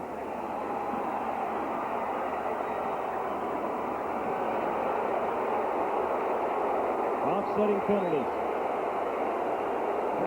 It was a dead ball offsetting penalty, so the play stands. It'll be a second down situation for Clemson and about 4 near the Georgia Tech 12-yard line. Down we go to Mike Hogwood. Mike? Well, guys, this has happened before with the Clemson Tigers. Ken Hatfield adamant on the sidelines that none of his players come on the field. As he said, the next person that comes on would be disciplined. By the way, that there is some talk around the league that they are instigating some kind of sportsman policy, but that won't happen until at least a couple of months from now. But fortunately, that situation didn't last very long. All right, Mike, thank you very much. The ball is near the 12. It's 2nd and 4. 2 tight ends. Sam, Nick, and Fields are in there. Kennedy is the fullback, and Williams the tailback. Out of the eye, the lone receiver split left is Thomas. Kennedy fighting his way to the 10-yard line. Jeremiah McClary made the tackle, and he'll be about a yard short of a first down. Kevin Battle, all 295 pounds of number 98, and Coleman Rudolph, number 92, stood up the blockers. The other 2 guys on that front line with Jeremiah McClary to enable McClary, the redshirt senior, to make the tackle. 3rd down and short yardage. 3 running backs in the wishbone. Blunt upended at the line of scrimmage by Willie Clay. They're still short of the first down. By about a half yard. And they're going to go for it again. Again, they'll go with that 2 fullback set of Harris and Caputo and bring on tight ends, actually tackles. Les Hall comes into the ball game. They've loaded it up power-wise. First down near the 6-yard line for Rudy Harris. So again, Harris with the 4th down carry, and he picks up the first down. And again with the quick count, John. Look at the down block by Stacy Long, number 67, right there in the middle of the pile. His down block from the right guard spot on Kevin Battle, the huge nose man of Georgia Tech, created the space to get the first down. That's why Stacy Long was a Sporting News All-American. First down and goal. Williams to the 4. If somebody is going to score a touchdown against the Georgia Tech defense this year, it will not come easily, and this drive has certainly shown that. 2 4th down conversions by the Clemson offense to keep the drive alive, and they've got 4 tough yards here as they have already run off 14 plays on this drive. And they have used 6 minutes off the clock. 2nd and goal from the 4. Thomas the motion man. Williams. Nothing at all. Might have lost a half a yard as Coleman Rudolph led the charge. There was a freshman mistake. The first time I've really seen Ronald Williams make a freshman mistake. He had blockers in front of him. Watch him try and cut back here. There's white shirts in front of him, but he tries to cut back. You get down inside the 10-yard line. You run north-south. You don't dance around. Williams danced that time and paid the price. 3rd and 5 for Clemson. Ken Hatfield trying to get it in the end zone some way, somehow. Smith in motion this time. Cameron will not get there. He stopped at the 4. It will be 4th down. Calvin Tiggle. Will he try it again? 3 4th down situations. He's got Chris Gardocki by him. What does Ken Hatfield call? It is 4th and a long 4. Balcom on the safety blitz, force the play upfield. Tiggle and Williams make the tackle, and the touchdown streak, unless there's a fake, will continue. So Georgia Tech holds inside the 5. A 21-yard field goal attempt will be coming up by Chris Gardocki. He has the only points of the afternoon for Clemson when he kicked a 38-yarder toward the end of the first quarter. We've had no scoring since. Gardaki's kick is up, and it is good. 7:23 remaining in the third quarter. Gardaki with another field goal. It's 14-6. Now a word from your local station. 14-6 is the score. 7:23 to play in the third quarter. Along with Mike Hogwood and Jack Corrigan, I'm John Sanders. A long opening drive in the third quarter. Took over 7.5 minutes off the clock. Officially 20 yards on the field goal. A big third down defensive stop by Tech. Left side of your screen, number 43, right there. Thomas Balcom took away the blocker, Rudy Harris, for Deshaun Cameron. Tickle and Williams were there, and it forced Gardaki to come in with a field goal. So they're happy that they got points, but it's sort of a shoot yourself in the foot kind of situation, John. They scored some points, but they ran off half of the third quarter. And if Georgia Tech moves the ball at all, Clemson's going to be faced with some tough time management the rest of this game. Tisdale is deep. Driven back into the end zone. He will come out. Across the 20, near the 25, before he is wrestled down by Shane Scott, a reserve linebacker. A 28-yard return. Must be a Tiger nose. Well, I was back in Cleveland in the dog pound. Well, Georgia Tech had just one first down on its last 3 possessions of the first half, John. See how they do as they have made their halftime adjustments for the second 30 minutes. First down and 10. Sean Jones at quarterback. Scott in the fullback. Edwards is the tailback. 3 wide receivers, Merchant, Rodriguez, and Lester in the formation. Edwards. He's got 5, maybe 6 yards on the play. Robert O'Neill up to make the tackle. And Arlington Nunn to add an exclamation point to it. Watch the good block out front by Lavin and Jenkins. It's the counter trap. Good block there. And then O'Neill and Arlington Nunn pop T.J. Edwards, but good yardage on first down. Jenkins and Sifri, a couple of the veteran offensive linemen, have gone through the transition for Tech, with Bobby Ross coming in and taking over the program. Ball at the 30, it's second down. Scotton nailed by Hammond. Tried to catch the Clemson defense into over-pursuing, tried to sneak the handoff to Scotton. Instead, they ended up losing half of what they gained on the previous play. Little draw play action. And Vance Hammond sitting right where he's supposed to as the defensive tackle made the hit. Tech has only 20 yards rushing in the game. Clemson 149. It's 3rd and 6. The blitz coming and the pass is incomplete for Merchant. Arlington Nunn right on the edge of pass interference. Jerome Henderson make it 36 rather than 39. The Georgia Tech fans upset. Watch the right side of your screen. It's a hot pattern again. Now the official felt that Henderson was going for the football. That's a tough call. Henderson and Merchant and the football all arrived at the same time. Henderson and O'Neill deep. Aldridge to kick. And we've got Doug Brewster offsides, although Doug is saying he was drawn offsides by Steve Farr. And let's see what the officials say. If contact was made before Farr moved, it will go against Clemson. If not, it'll go against Georgia Tech. Have a dead ball. False start on the offense. Bobby Ross saying, how could that be? Well, what happened is that Farr started to move to the reaction of Brewster before Brewster made contact with him, and that's why it was a good call. Because the defense can jump back out of the neutral zone if they've not made contact.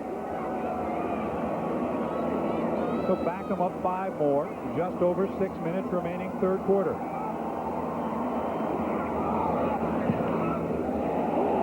Nice kick. Fair catch called for at the 31-yard line. Henderson makes the fair catch. Clemson used 7.5 minutes the first time they had the ball and got 3 points out of it. They're still down by a touchdown and a 2-point conversion. 5:57 remaining. How about if we went back, John, to the final play of the first half when Chris Gardocki tried a 53-yard field goal, and it hit right where the upright and the crossbar come together on the right side of that field goal stanchion at the left end of the field. If he makes that, it's 14-9, a much different situation in this ball game. The freshman Williams across the 30, powers his way forward to the 38-yard line, giving 7 on the play. Keith Holmes on the tackle.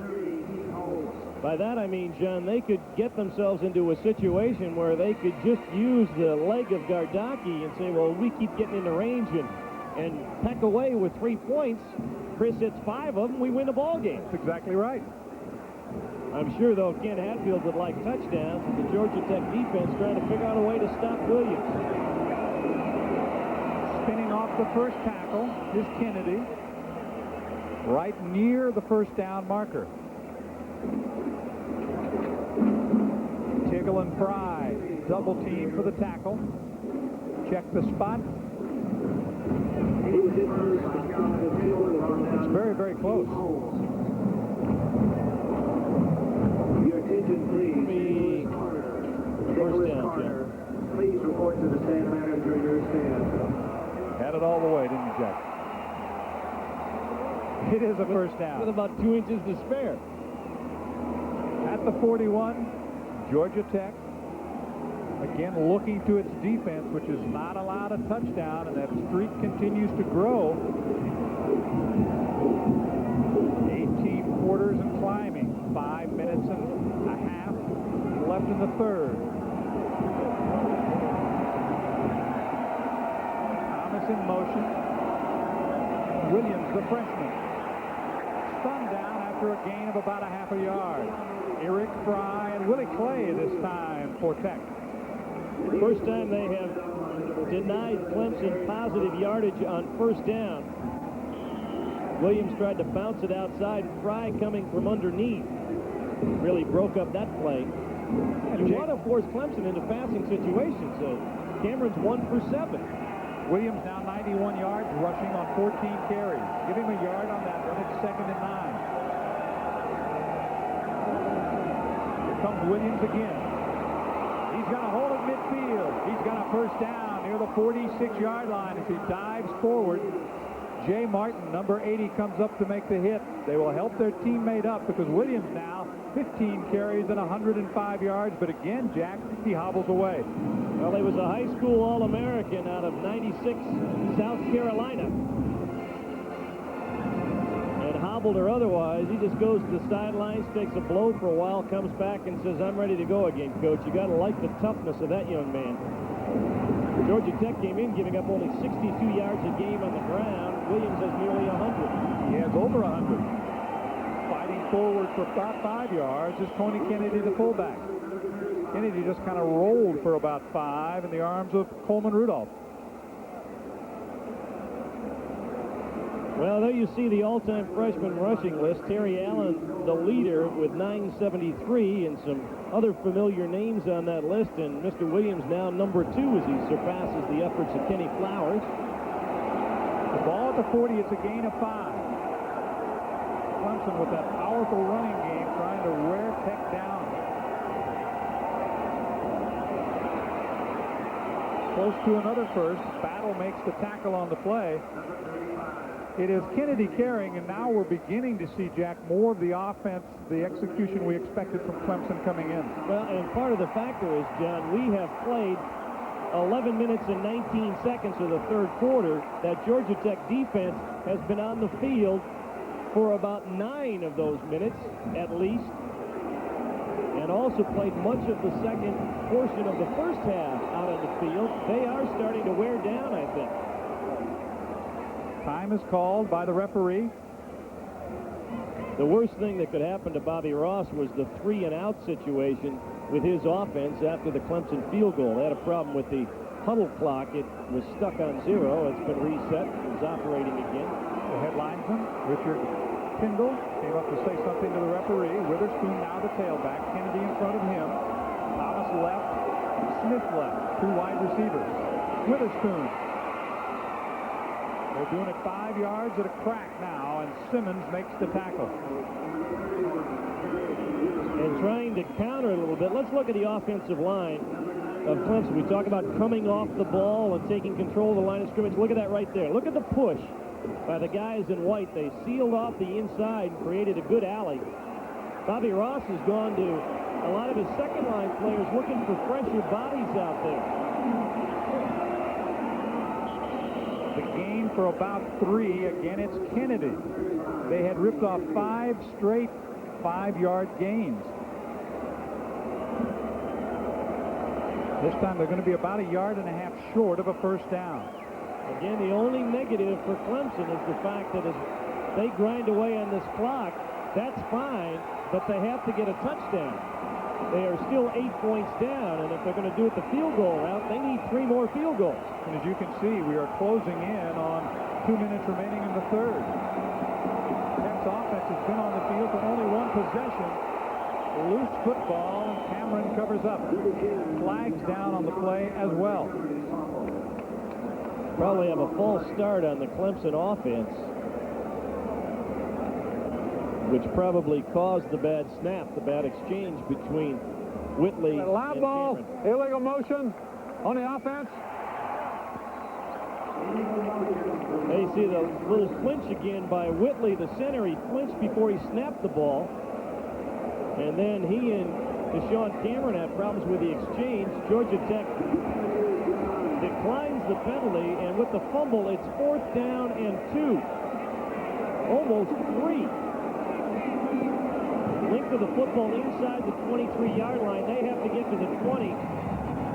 So it is about 3 yards. And Ken Hatfield says, let's put Mr. Gardocki out there again. This will be a 45-yard attempt. They're going by your theory right now, taking them 3 at a time, Jack. As Gardocki is up. Long enough and good. Gardocki's 3rd field goal of the afternoon. He has all of the Clemson points. It's 14-9. Tech leads with 1:39 to play in the third quarter. We'll be right back. 14-9 is the score. 1:39 remaining in the third quarter. Clemson has had the football almost the entire third quarter. They've gotten 2 field goals from Gardocki. With 5:23 remaining in the first quarter, it was 14-0 Tech. Their offense has been shut down by Clemson's defense since. Tisdale is deep to receive the kick. That's unbelievable if you look at that time of possession. But from the Georgia Tech perspective, John, for all that time of possession, they've only given up 6 points. A little shorter kick this time. Tisdale at his own 7. The 20, opens it up at the 30, fights his way to the 35-yard line. 14-9, and let's go back again to the final play of the first half. Chris Gardocki was on to try a 53-yard field goal. He was backed up because of a clipping penalty. Had almost enough leg. It hits the crossbar and goes short. If he had made that field goal, John, we're in a 2-point ball game, and he is the biggest weapon on the field in that kind of game. From the 35, Tech will try to get it going. Backs are split. Edwards and Scotton. Play action. That ball is deflected and intercepted. Clemson comes up with it. The linebacker McDaniel fighting his way to the 40, still on his feet. Spinning down inside the 40 at the 38-yard line. Hammond deflected the pass, and it was intercepted.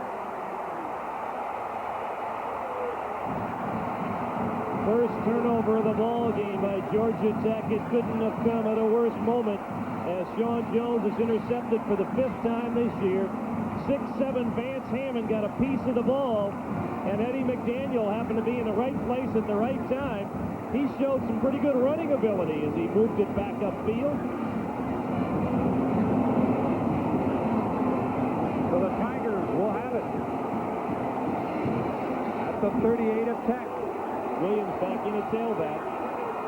He just keeps coming back for more. He's got the football, trying to move down the left side as he cut it back, and he fights his way inside the 30, down near the 35 rather, to the 33. Curly Day runs him out there. a gain of 5, and they continue, Jack, to do it with 5-yard blocks. 1:14 left in the third quarter. Chris Gardocki, being the weapon he is, they figure, well, let's see, we had 2 possessions in the third quarter, and now it ends up being 3, and we come away with field goals. Do that in the fourth quarter, those would be enough 3-pointers to win this game. His third 100-yard game of the year. Harris. Marco Coleman made the tackle. Should be very close to another first down and another 5-yard pickup on the play. Excuse me, John, you can see the Georgia Tech defenders slowly coming off the pile now, starting to put their hands on their knees, on their hips a little bit. That gain is 6. The ball is at the 27. Clemson just keeps pounding at that Tech defense. No touchdowns. 5-point difference in the ball game. Williams stops, fights his way forward. He'll lose a yard. The first hit came from number 95, Marco Coleman. And he went down clutching his right knee. Williams, who has had problems with that knee, is up again, and boy, what a tough kid he is. You can see him hobbling. But he doesn't want to come out of this football game. He lost a yard on the play. It's spotted at the 28. He will come out as Witherspoon comes into the ball game, but I guarantee you, we're going to see 25 again. Smith and Thomas now the wide receivers. Witherspoon is the tailback. It's the fullback Harris, and he is knifed down after a gain of 1. Calvin Tiggle leading the third. And Marco Coleman, he's been quiet in this third quarter. Mr. Coleman, Calvin Tiggle, one of the leading tacklers for Georgia Tech, makes the stop as the clock ticks down the final seconds of the third period here at Bobby Dodd Stadium. It's going to be a fun fourth quarter. The third quarter was dominated by Clemson. They just didn't get the touchdowns. They still need 5 as we go to the fourth.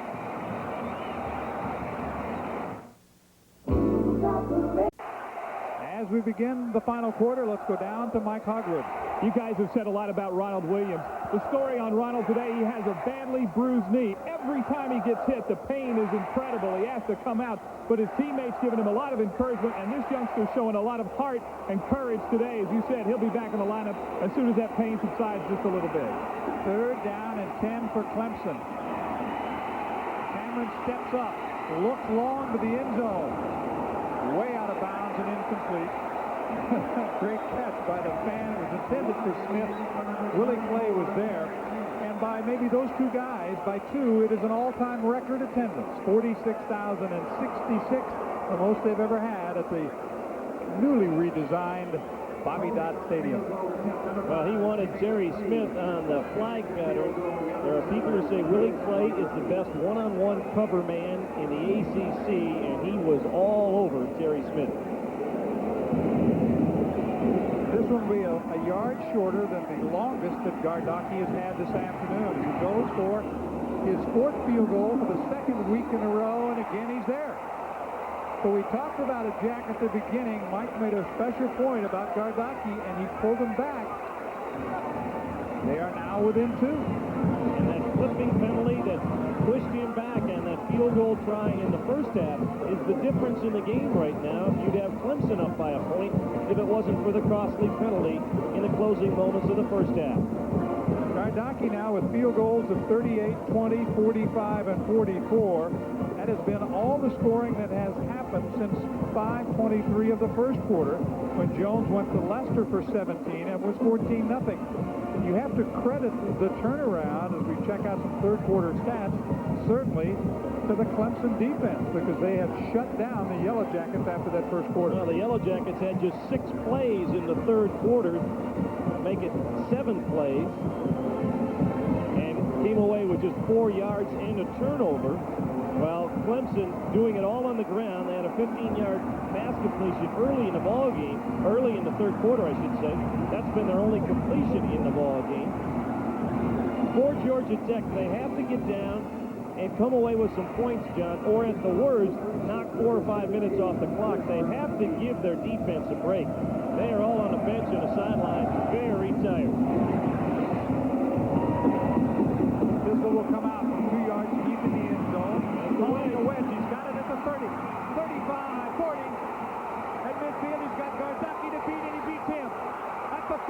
The 25. They run him down inside the 25. Henderson finally caught up with him, an 87-yard return. It will be spotted at the 13-yard line. He nearly broke it on the last kickoff.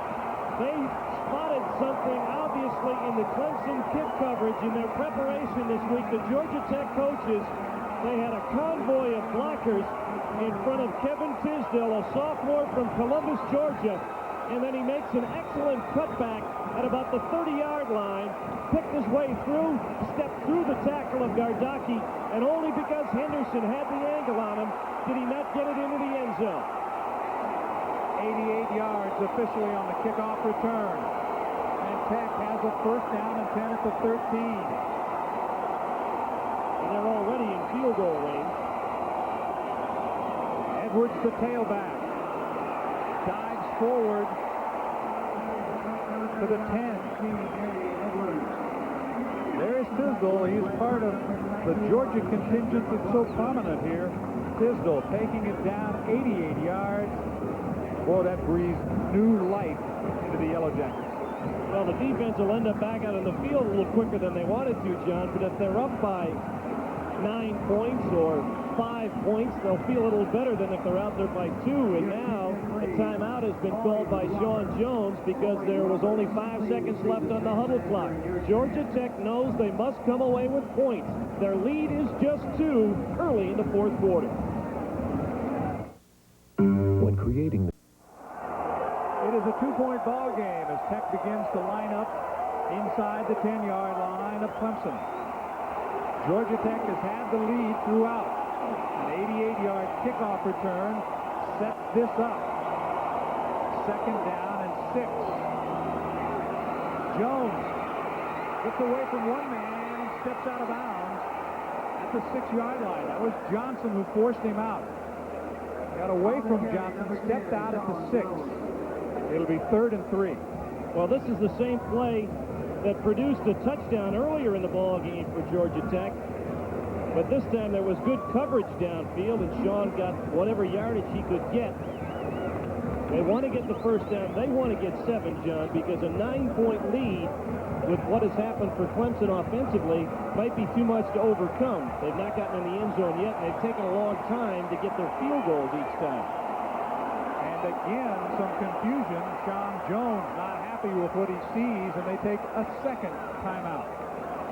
Georgia Tech's baseball team will hold its 10th annual baseball Letterman's Is Game not something on Sunday, October Sean 28th or at 1 p.m. at Bobby Ross wanted, but you don't want to make a mistake and take a 3rd and 2 play, John, and make it 3rd and 7 when you're trying to come away with a touchdown effort here. 10th annual Georgia Tech Letterman's Game on Sunday, October 13:57 remaining. It's 14-12. We'll return after this message from the Atlantic Coast Conference. The decision has been made. Let's do a little forecasting, Jack. What do you think they'll do in this situation? Well, I think you end up going to your bread and butter, and that is putting the ball in the hands of Sean Jones, whether they'll try the counter trap again or run some kind of option action. I think you want him to make the decision to get you the first down against the read of the defense. There are 3 wide receivers. Then they go to the tailback. Fighting through is Edwards and into the end zone. He's got a Georgia Tech touchdown. They spread it out, Jack, and then ripped it right up the middle. I'm sure it's not what took place, but you never know. You almost wonder if the timeout was a setup. Sean Jones came away upset that they had to call another timeout. They come out in a spread offense.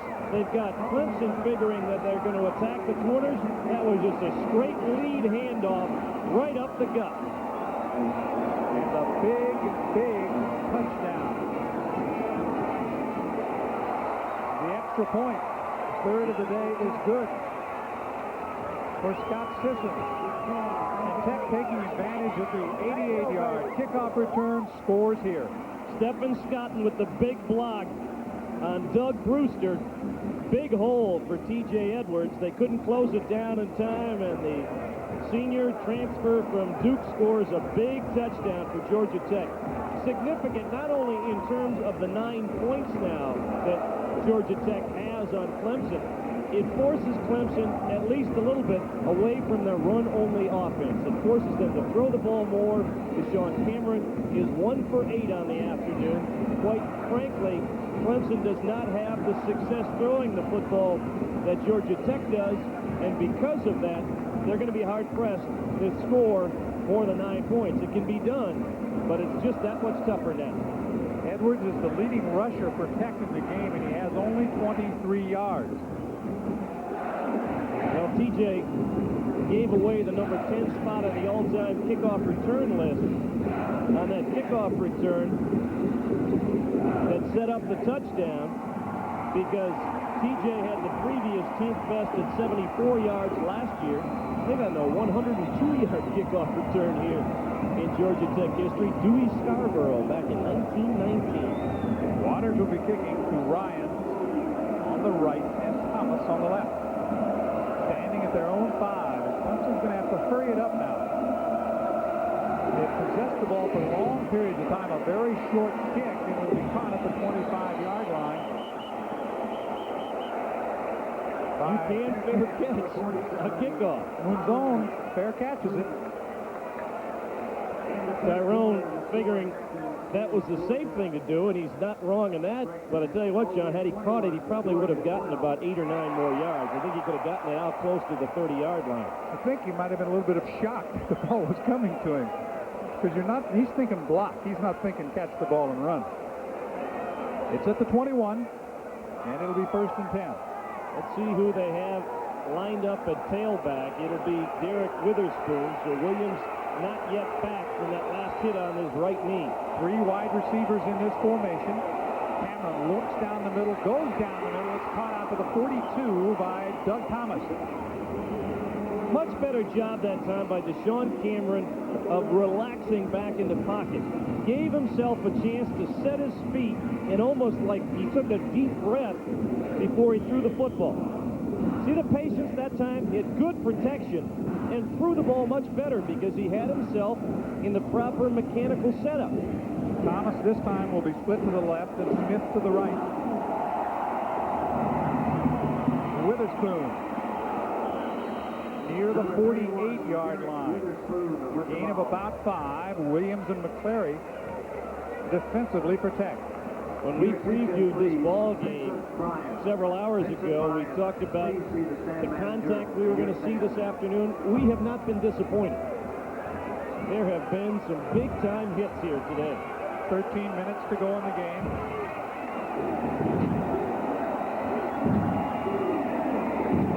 Couple up the middle. Battle stops Kennedy. Some other scores, it's 24-0 Virginia over NC State. 28-0 Duke over Western Carolina. They're in the second. Maryland big over Wake Forest in the fourth. We're in the fourth here, and it's 21-12 Tech. Georgia Tech has led the entire game. They jumped ahead 14-0 in the first quarter. Then the Kardaki field goal machine brought Clemson back to within 2. An 88-yard kickoff return sets up the third Tech touchdown. They now lead by 9. 3rd and 4. Cameron will step up, and he looks to run. He's got the first down. But stadium bounds, and you wouldn't think that would be significant with 12 minutes to play in the ball game, but it is. They want to conserve time wherever they can. Clemson has 2 timeouts remaining. They've taken 1. Tech has taken 2 of their 3, so they have only 1 available.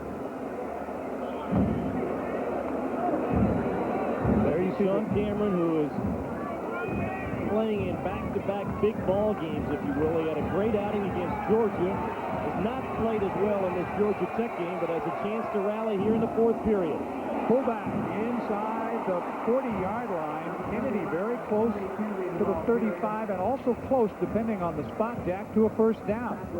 Tom Johnson made the tackle. I think he's got it again. Tony Kennedy, he was penciled in preseason as their starting fullback, but came to camp a little bit out of shape in the minds of the coaches and has had to work his way back up the list. And he and Rudy Harris have shared the duties at fullback. Of course, Howard Hall, who had played very well in the early going at fullback, had arthroscopic knee surgery. Oh, I missed it. Not by much, though. You're exactly right. Kennedy has kind of battled his way back into the picture. He played a lot more last week against Georgia, getting a lot more playing time here this afternoon. It'll be second down and short yardage. Just need to nudge it another 6 inches or so. Let's see if they do some kind of play action here and try and throw the ball deep. Thomas and Godlock split to the right. They go right up the middle. Cameron just sticks his head down and moves it inside the 35 to the 34, and they get a new set of downs.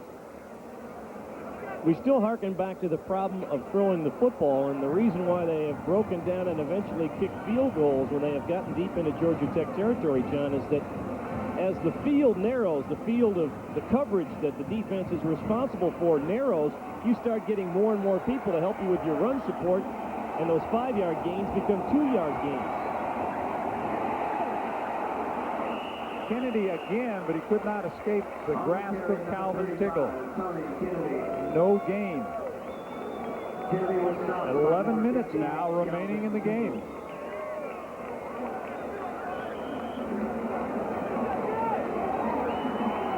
You got to hand it to this Tech defense too, Jack. They've been on the field almost the entire second half. The offense has been on the field probably 3 minutes of this second half, and we have played nearly 20 minutes of game time. Second and 10. Cameron with some play action and rolling left. Looking, he's got a man downfield, but the ball is thrown short. It was the tight end Fields, the intended receiver, but Curly Day was able to recover and get back and knock the ball down. Well, Curly Day should have had the interception. Marco Coleman fights off the block of Eric Harmon, puts a pop on Cameron. The ball is short, and Curly should have had that one. Down we go to Mike Hogwood. Mike? Well, guys, some bad news for Clemson. 10.5 minutes to play, and they're going to have to do it all without number 25, Ronald Williams. One hit too many on that right knee. It's really hurting him right now, and he's not going to be able to play anymore today. All right, Mike, thank you very much. It's third down and 10 now. He had the receiver. The tight end was open, Jack. Because of the pressure, the ball thrown short was not intercepted, so Clemson stays alive here. Safety blitz. Cameron able to get away at the 40. Uses his feet at the 35. The 30's got a first down, and he steps out of bounds at the 23-yard line. And Stacy Fields, the tight end with the block that set it up, and he picked up the first down. Sean Cameron looked like he was in trouble. Thomas Balkin to the right of your screen on a safety blitz. Gets off the block momentarily, a Witherspoon, and now cutting against the grain. And watch Jarrell Williams go flying here. Now, it wasn't Williams, it was Calvin Tiggle who went flying on the Stacy Fields block, although Cameron had already determined that he was going to go out of bounds. Deshaun with a big play and the third down scramble to keep the drive alive. The ball resting in between the 23 and the 24. Look at the possession difference. Witherspoon. Oh, my. He was crunched. Day and Tiggle coming up. And Calvin is still down.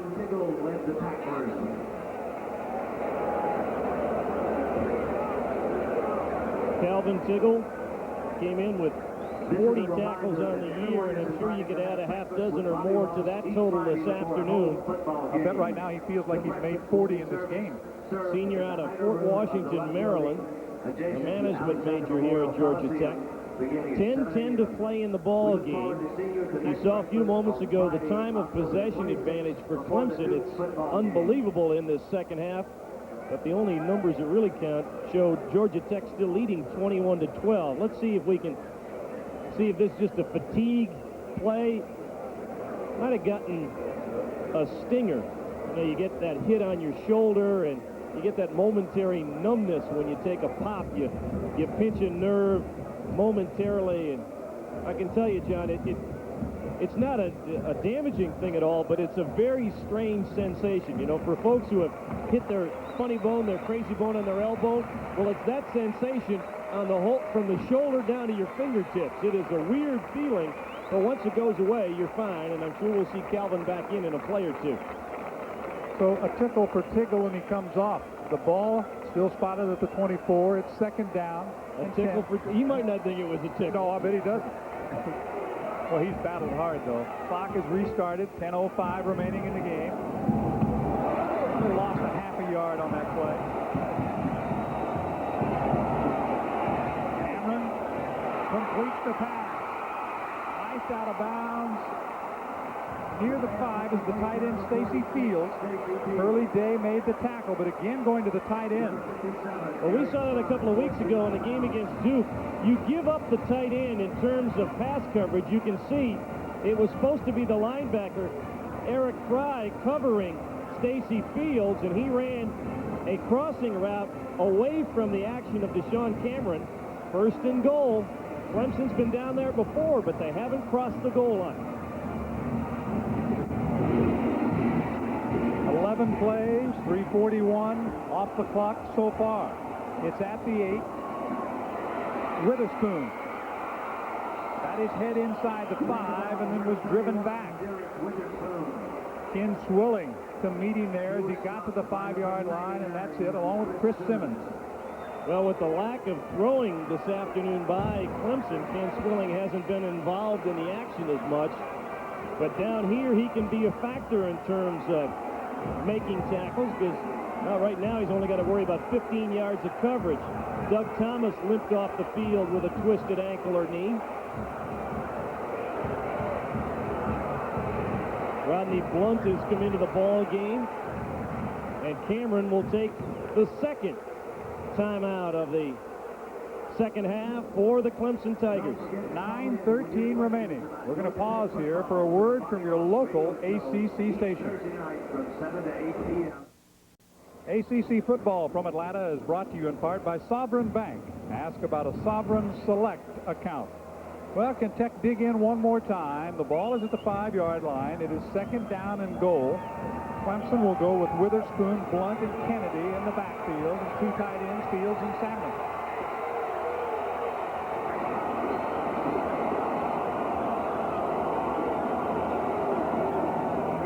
Witherspoon to the 3. You've got bodies flying everywhere. And Thomas Balcom right here, the strong safety, was lined up on the line of scrimmage to the right of your screen, and he just was like a missile propelled at the middle of the Clemson offense. Got a piece of the tackle. You can see 19 quarters and 6 minutes without a touchdown, but the closest threat yet. An extra lineman Hall is in there. Diving down to the 1-yard line, but still short is Kennedy. It will be 4th and a yard, maybe a yard and a half, depending on the spot. The clock is stopped with 8:31 to go. I'll tell you what, I'd kick the field goal. There's enough time left, 8.5 minutes. You kick the field goal, and now a touchdown wins the ball game for you, but Kenny Hatfield wants the touchdown now. They've been looking for the touchdown the entire ball game. 4 Gardocki field goals are all they have to show for it. The ball is resting at the 1. It is 4th down. Hang on. Witherspoon. No, he did not get in. Tech has held.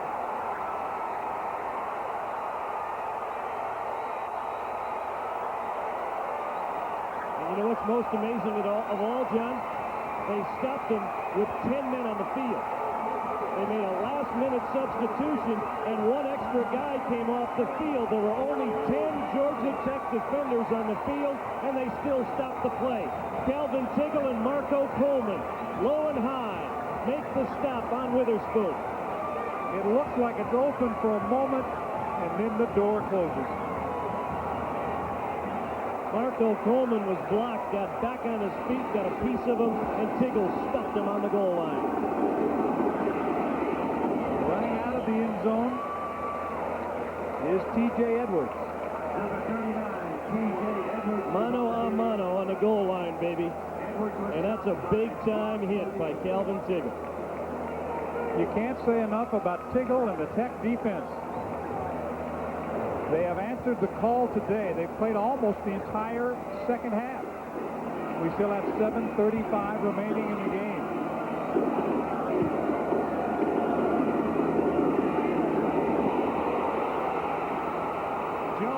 the end zone.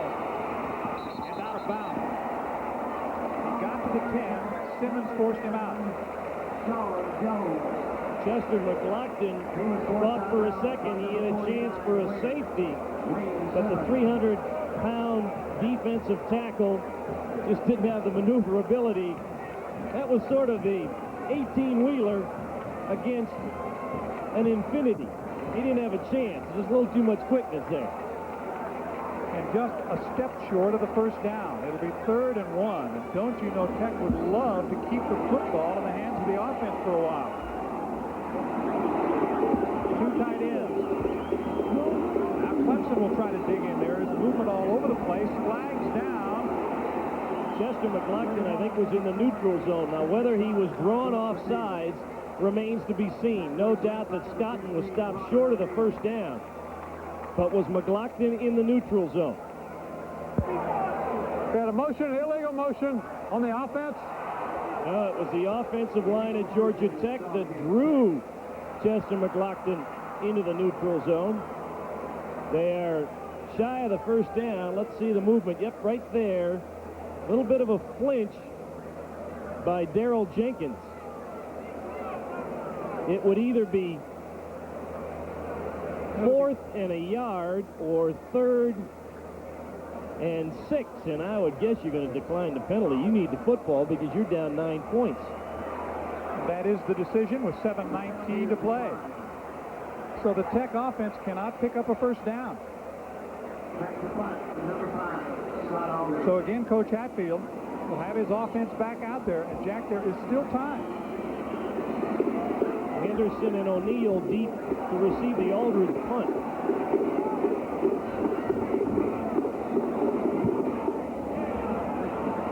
They're going to have good field position as O'Neal slips through for a yard or 2, and he's at the 42-yard line. It's only a 34-yard kick, a 3-yard return. Stacy Parker down on the kick team. So from the 42-yard line, Clemson will come again.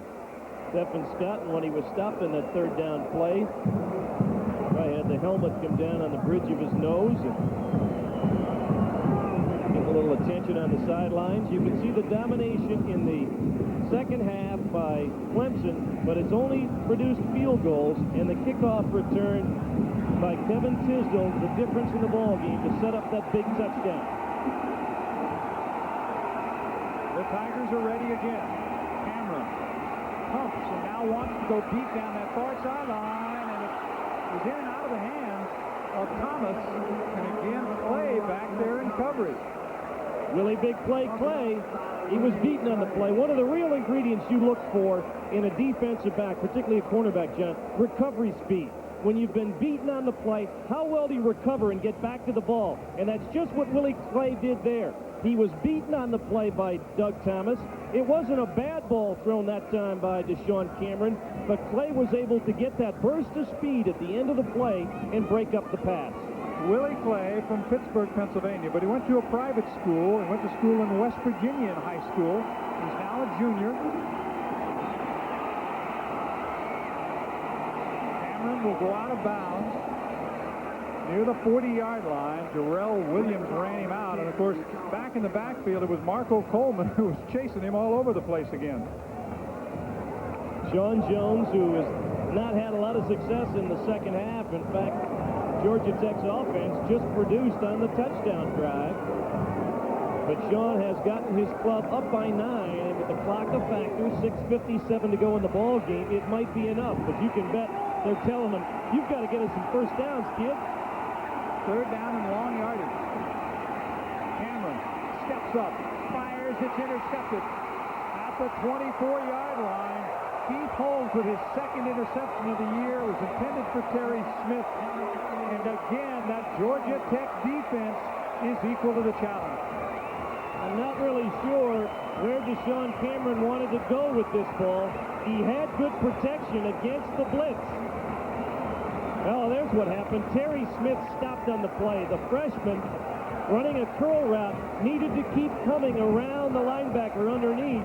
That's what Cameron read. That's an interception that you have to fault the receiver, not the quarterback. The ball is close to the 25. It is 1st and 10.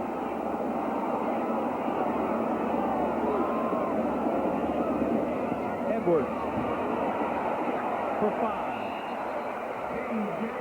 Rob Bodine made the tackle, but a 5-yard pickup for the redshirt senior from Moultrie, Georgia, T.J. Edwards. Let's go down to Mike Hogwood.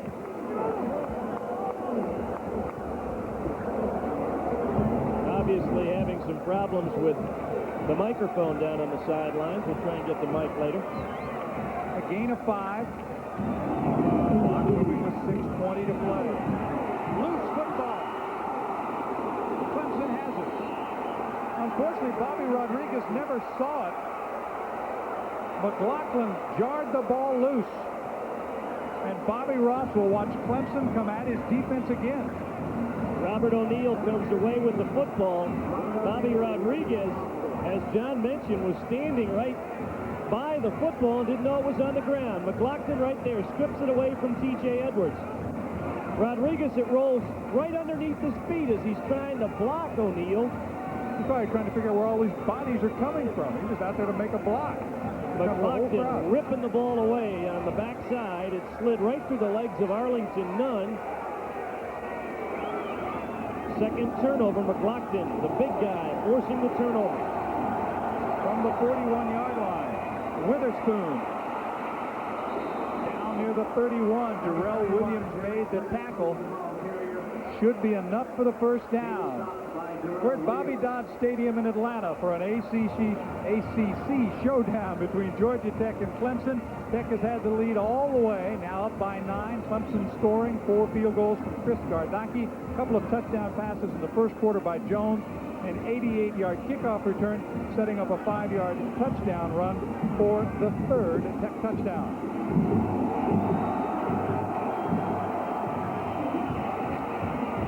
Pounding away is Harris. Simmons makes the tackle, and Jack, over and over again, they have hammered away at the Tech defense.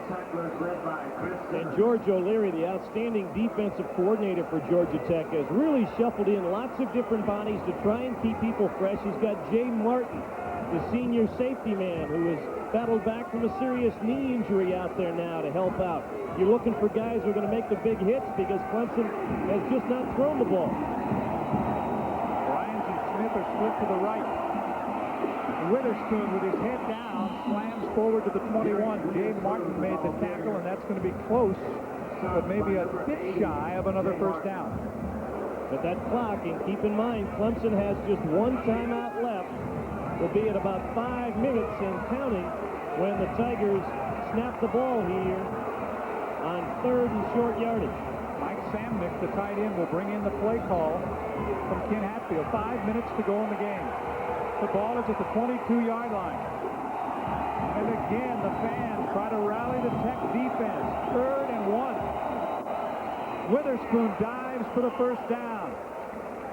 He almost lost the football, too. Jeremiah McClary, with help from Jay Martin, bring him down. Good push off the line of scrimmage by the Clemson offensive line, and Witherspoon just knifing his way ahead past McClary to get the first down, but the clock keeps moving. The ball is at the 20-yard line. Still harking back to that effort on 4th down, John. I would have kicked the field goal. Now you'd be going for the win. 4:30 to play.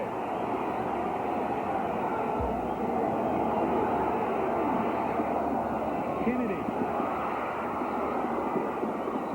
Near the 10, Jeremiah McClary and Calvin Tiggle for the tackle. Put it to the 5. They're going to call a late hit on Jay Martin. So it will be 1st and goal again. Kennedy, as he was lunging forward for some extra yards, right at the end of the play, watch this. The 230-pound load at fullback, fighting his way forward, and he was down. That's a good call as Jay Martin led with the head with the ball player already on the ground. 1st and goal on the 5. Inside the 5, actually. About the length of the football inside the 5. Well, they've been there before. Bobby Ross's defense has had the answer all afternoon. Now being asked again.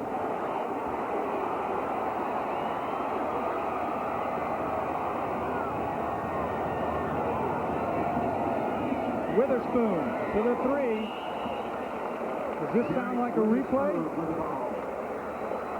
Well, even if they score here, they're going to have to successfully convert an onside kick try because they have really no other way to stop the clock with the one timeout left.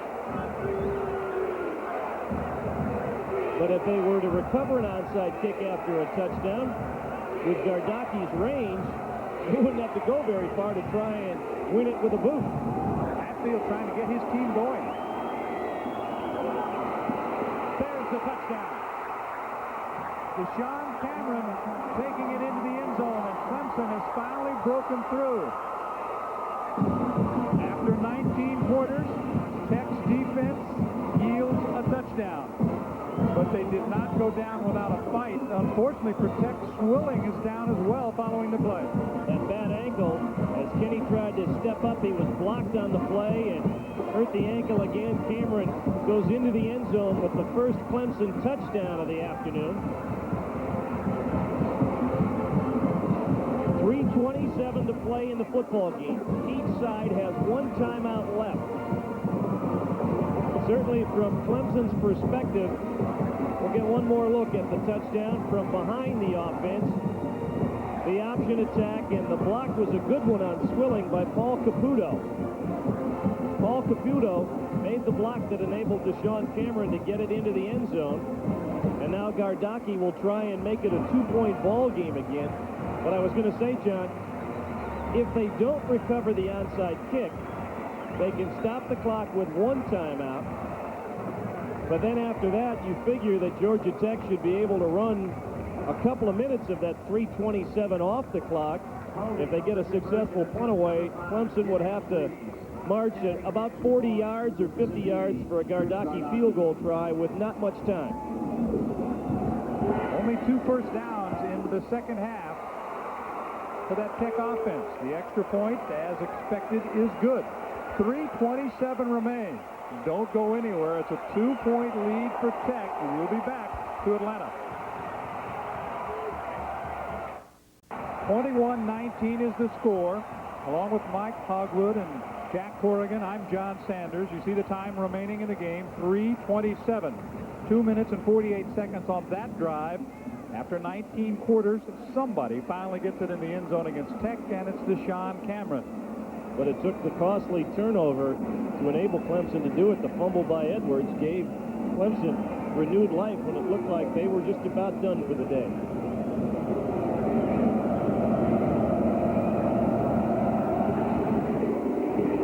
Gardaki drives it deep. Tisdale will not come out with this one. It was his 88-yard kickoff return that set up the touchdown that appeared, Jack, that would give Tech enough cushion. Let's go down again to Mike Hogwood. Mike? Well, guys, just before the offense came out, they had a big huddle on the sidelines, and the big chant was first down, first down. They know they don't have many first downs in the second half, and they know if they want to beat Clemson, now is a drive when they need a couple of first downs worse than anything. Well, with the one timeout, John, they really only need one first down. 3:27 remaining in the game. William Bell at running back. First time we've seen him this afternoon. He backs off into the I formation. Cotton is the fullback. Jones has gone all the way at quarterback. And it's Bell. 25, 30. He's got the first down close to the 34-yard line. Robert O'Neill ran him out. Good block on the sidelines by Greg Lester to give William Bell more yardage as well. Here's that outstanding counter trap that Georgia Tech runs so well. This time it was Mooney and Sifri from the right side going back left.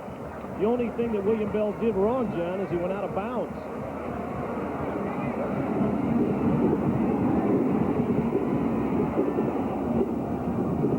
It's 1st and 10. Again, Bell spinning his way forward to the 39-yard line. Ed McDaniel made the tackle. 3:10 to play.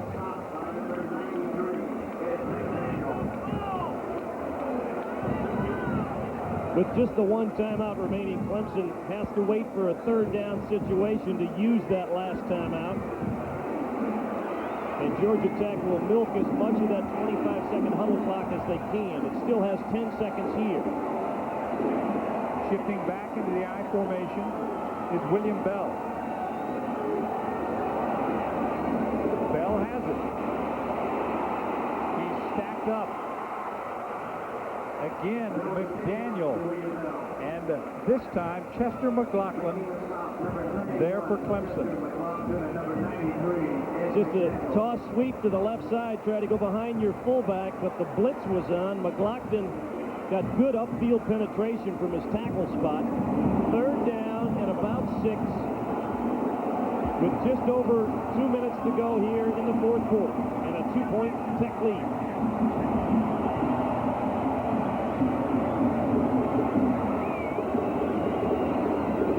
Takes the Bell. They dump it off to Scotland, and he can't hang on. Scotland has the first down in his back pocket, and he drops the football. He not only had the first down, he had about 10 more yards. And Stephen Scotton, who earlier in his career had trouble catching the ball, had really improved in that area, just turned. You can see his head turn before he had possession of the football. And the Clemson Tigers still have life with 1:56 to play.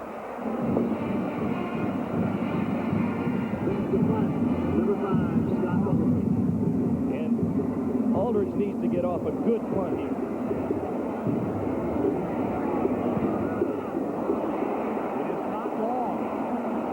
Sideline, and it takes a dramatic Clemson bounce.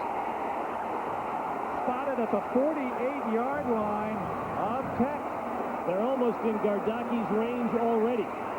The net yardage is 10. That was about a 15-yard backwards bounce. It's a 2-point ball game. They need, as we've seen earlier this year, Gardaki has hit from 57 yards. They only need to go 9 yards to set up a 57-yard try. Gardaki has 4 field goals in the game.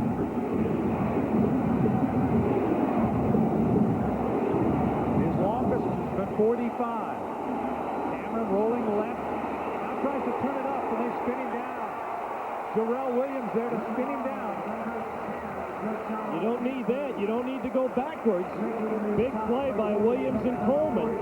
And now Clemson uses its final timeout with 92 seconds to go in the game. You see the Gardaki distance capability. He's going to be asked to do it again.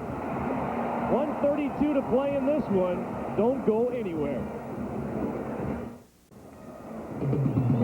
ACC football has been brought to you by the Jefferson Pilot Life Insurance Company. For insurance and financial services, better call JP. By Schlitz Malt Liquor. No one does it like the Bull. By the airline of ACC country, Delta. We love to fly, and it shows. And by MCI's Prime Time Plan. Real savings 24 hours a day.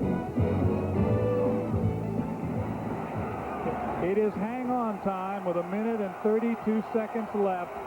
Bobby Ross in the biggest game that he's been in since coming here. Witherspoon breaks free. Dives forward to the 44-yard line. Thomas Balcom made the tackle. Clemson is out of timeouts. They need about 3 yards to give Gardaki a chance.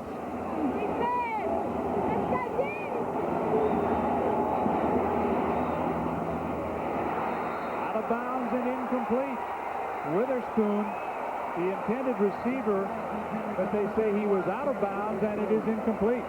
And Derek made a bad mistake there. He didn't even get the first down opportunity. Had he caught this ball in bounds, he was still 2 yards shy.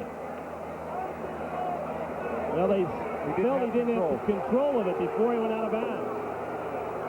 And that was pretty obvious. The ball was slipping through his hands as he fell out of bounds. Now it's 4th down. Courtney Mawsey making sure out on the field that everybody knows it. No 5th down here like in the Big 8 a week ago. And Chris Gardaki is going to have to try a 61-yard field goal. Well, he hit one from almost 58. He's hit one from 59 in high school. This is 61 yards.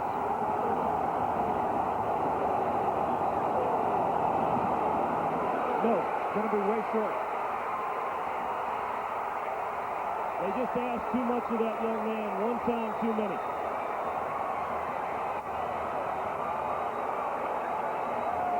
And the celebration begins for Georgia Tech.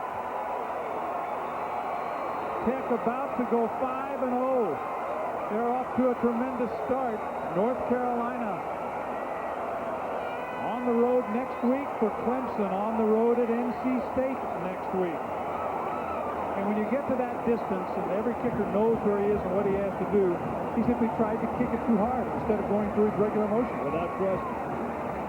Go back one more time, John, to that field goal at the end of the first half. It's the difference in the ball game. He hit the crossbar from 53 yards away, but he was that distance only because of a clipping penalty on a run by Deshaun Cameron. He would have been in chip shot range with his strong leg, and we would have had a much different scenario down the stretch. But Bobby Ross, I guess the key in Atlanta, John, is that if you want to be successful, you got to have a Bobby as a head coach, whether it's the late great Bobby Dodd, Bobby Cremins with the Tech basketball team, and now Bobby Ross with the Yellow Jacket football squad. And that should be the final kneel down of the game.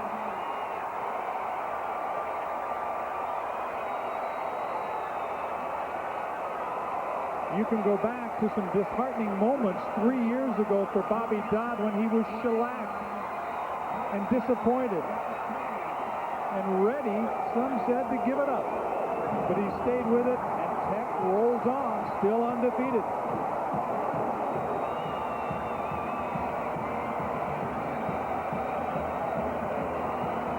A tremendous battle between two great ACC football teams this afternoon. We knew it would be close.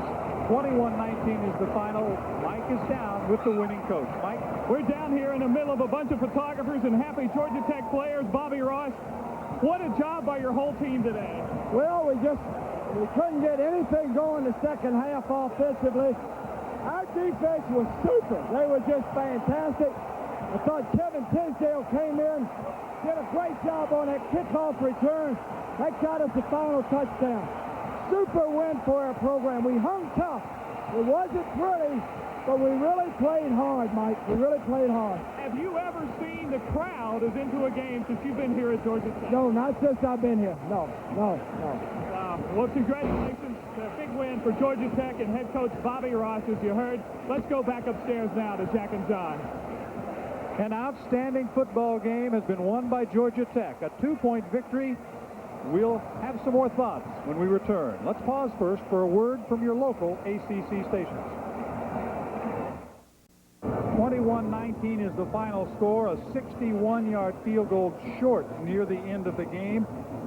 Let's salute our Schick most valuable players for the ball game. For Clemson, Ronald Williams, who finally went out with a knee injury, battled hard, 108 yards, his third 100-yard game of his freshman season. And Calvin Tiggle, who led a tired but terrific Tech defense in holding off.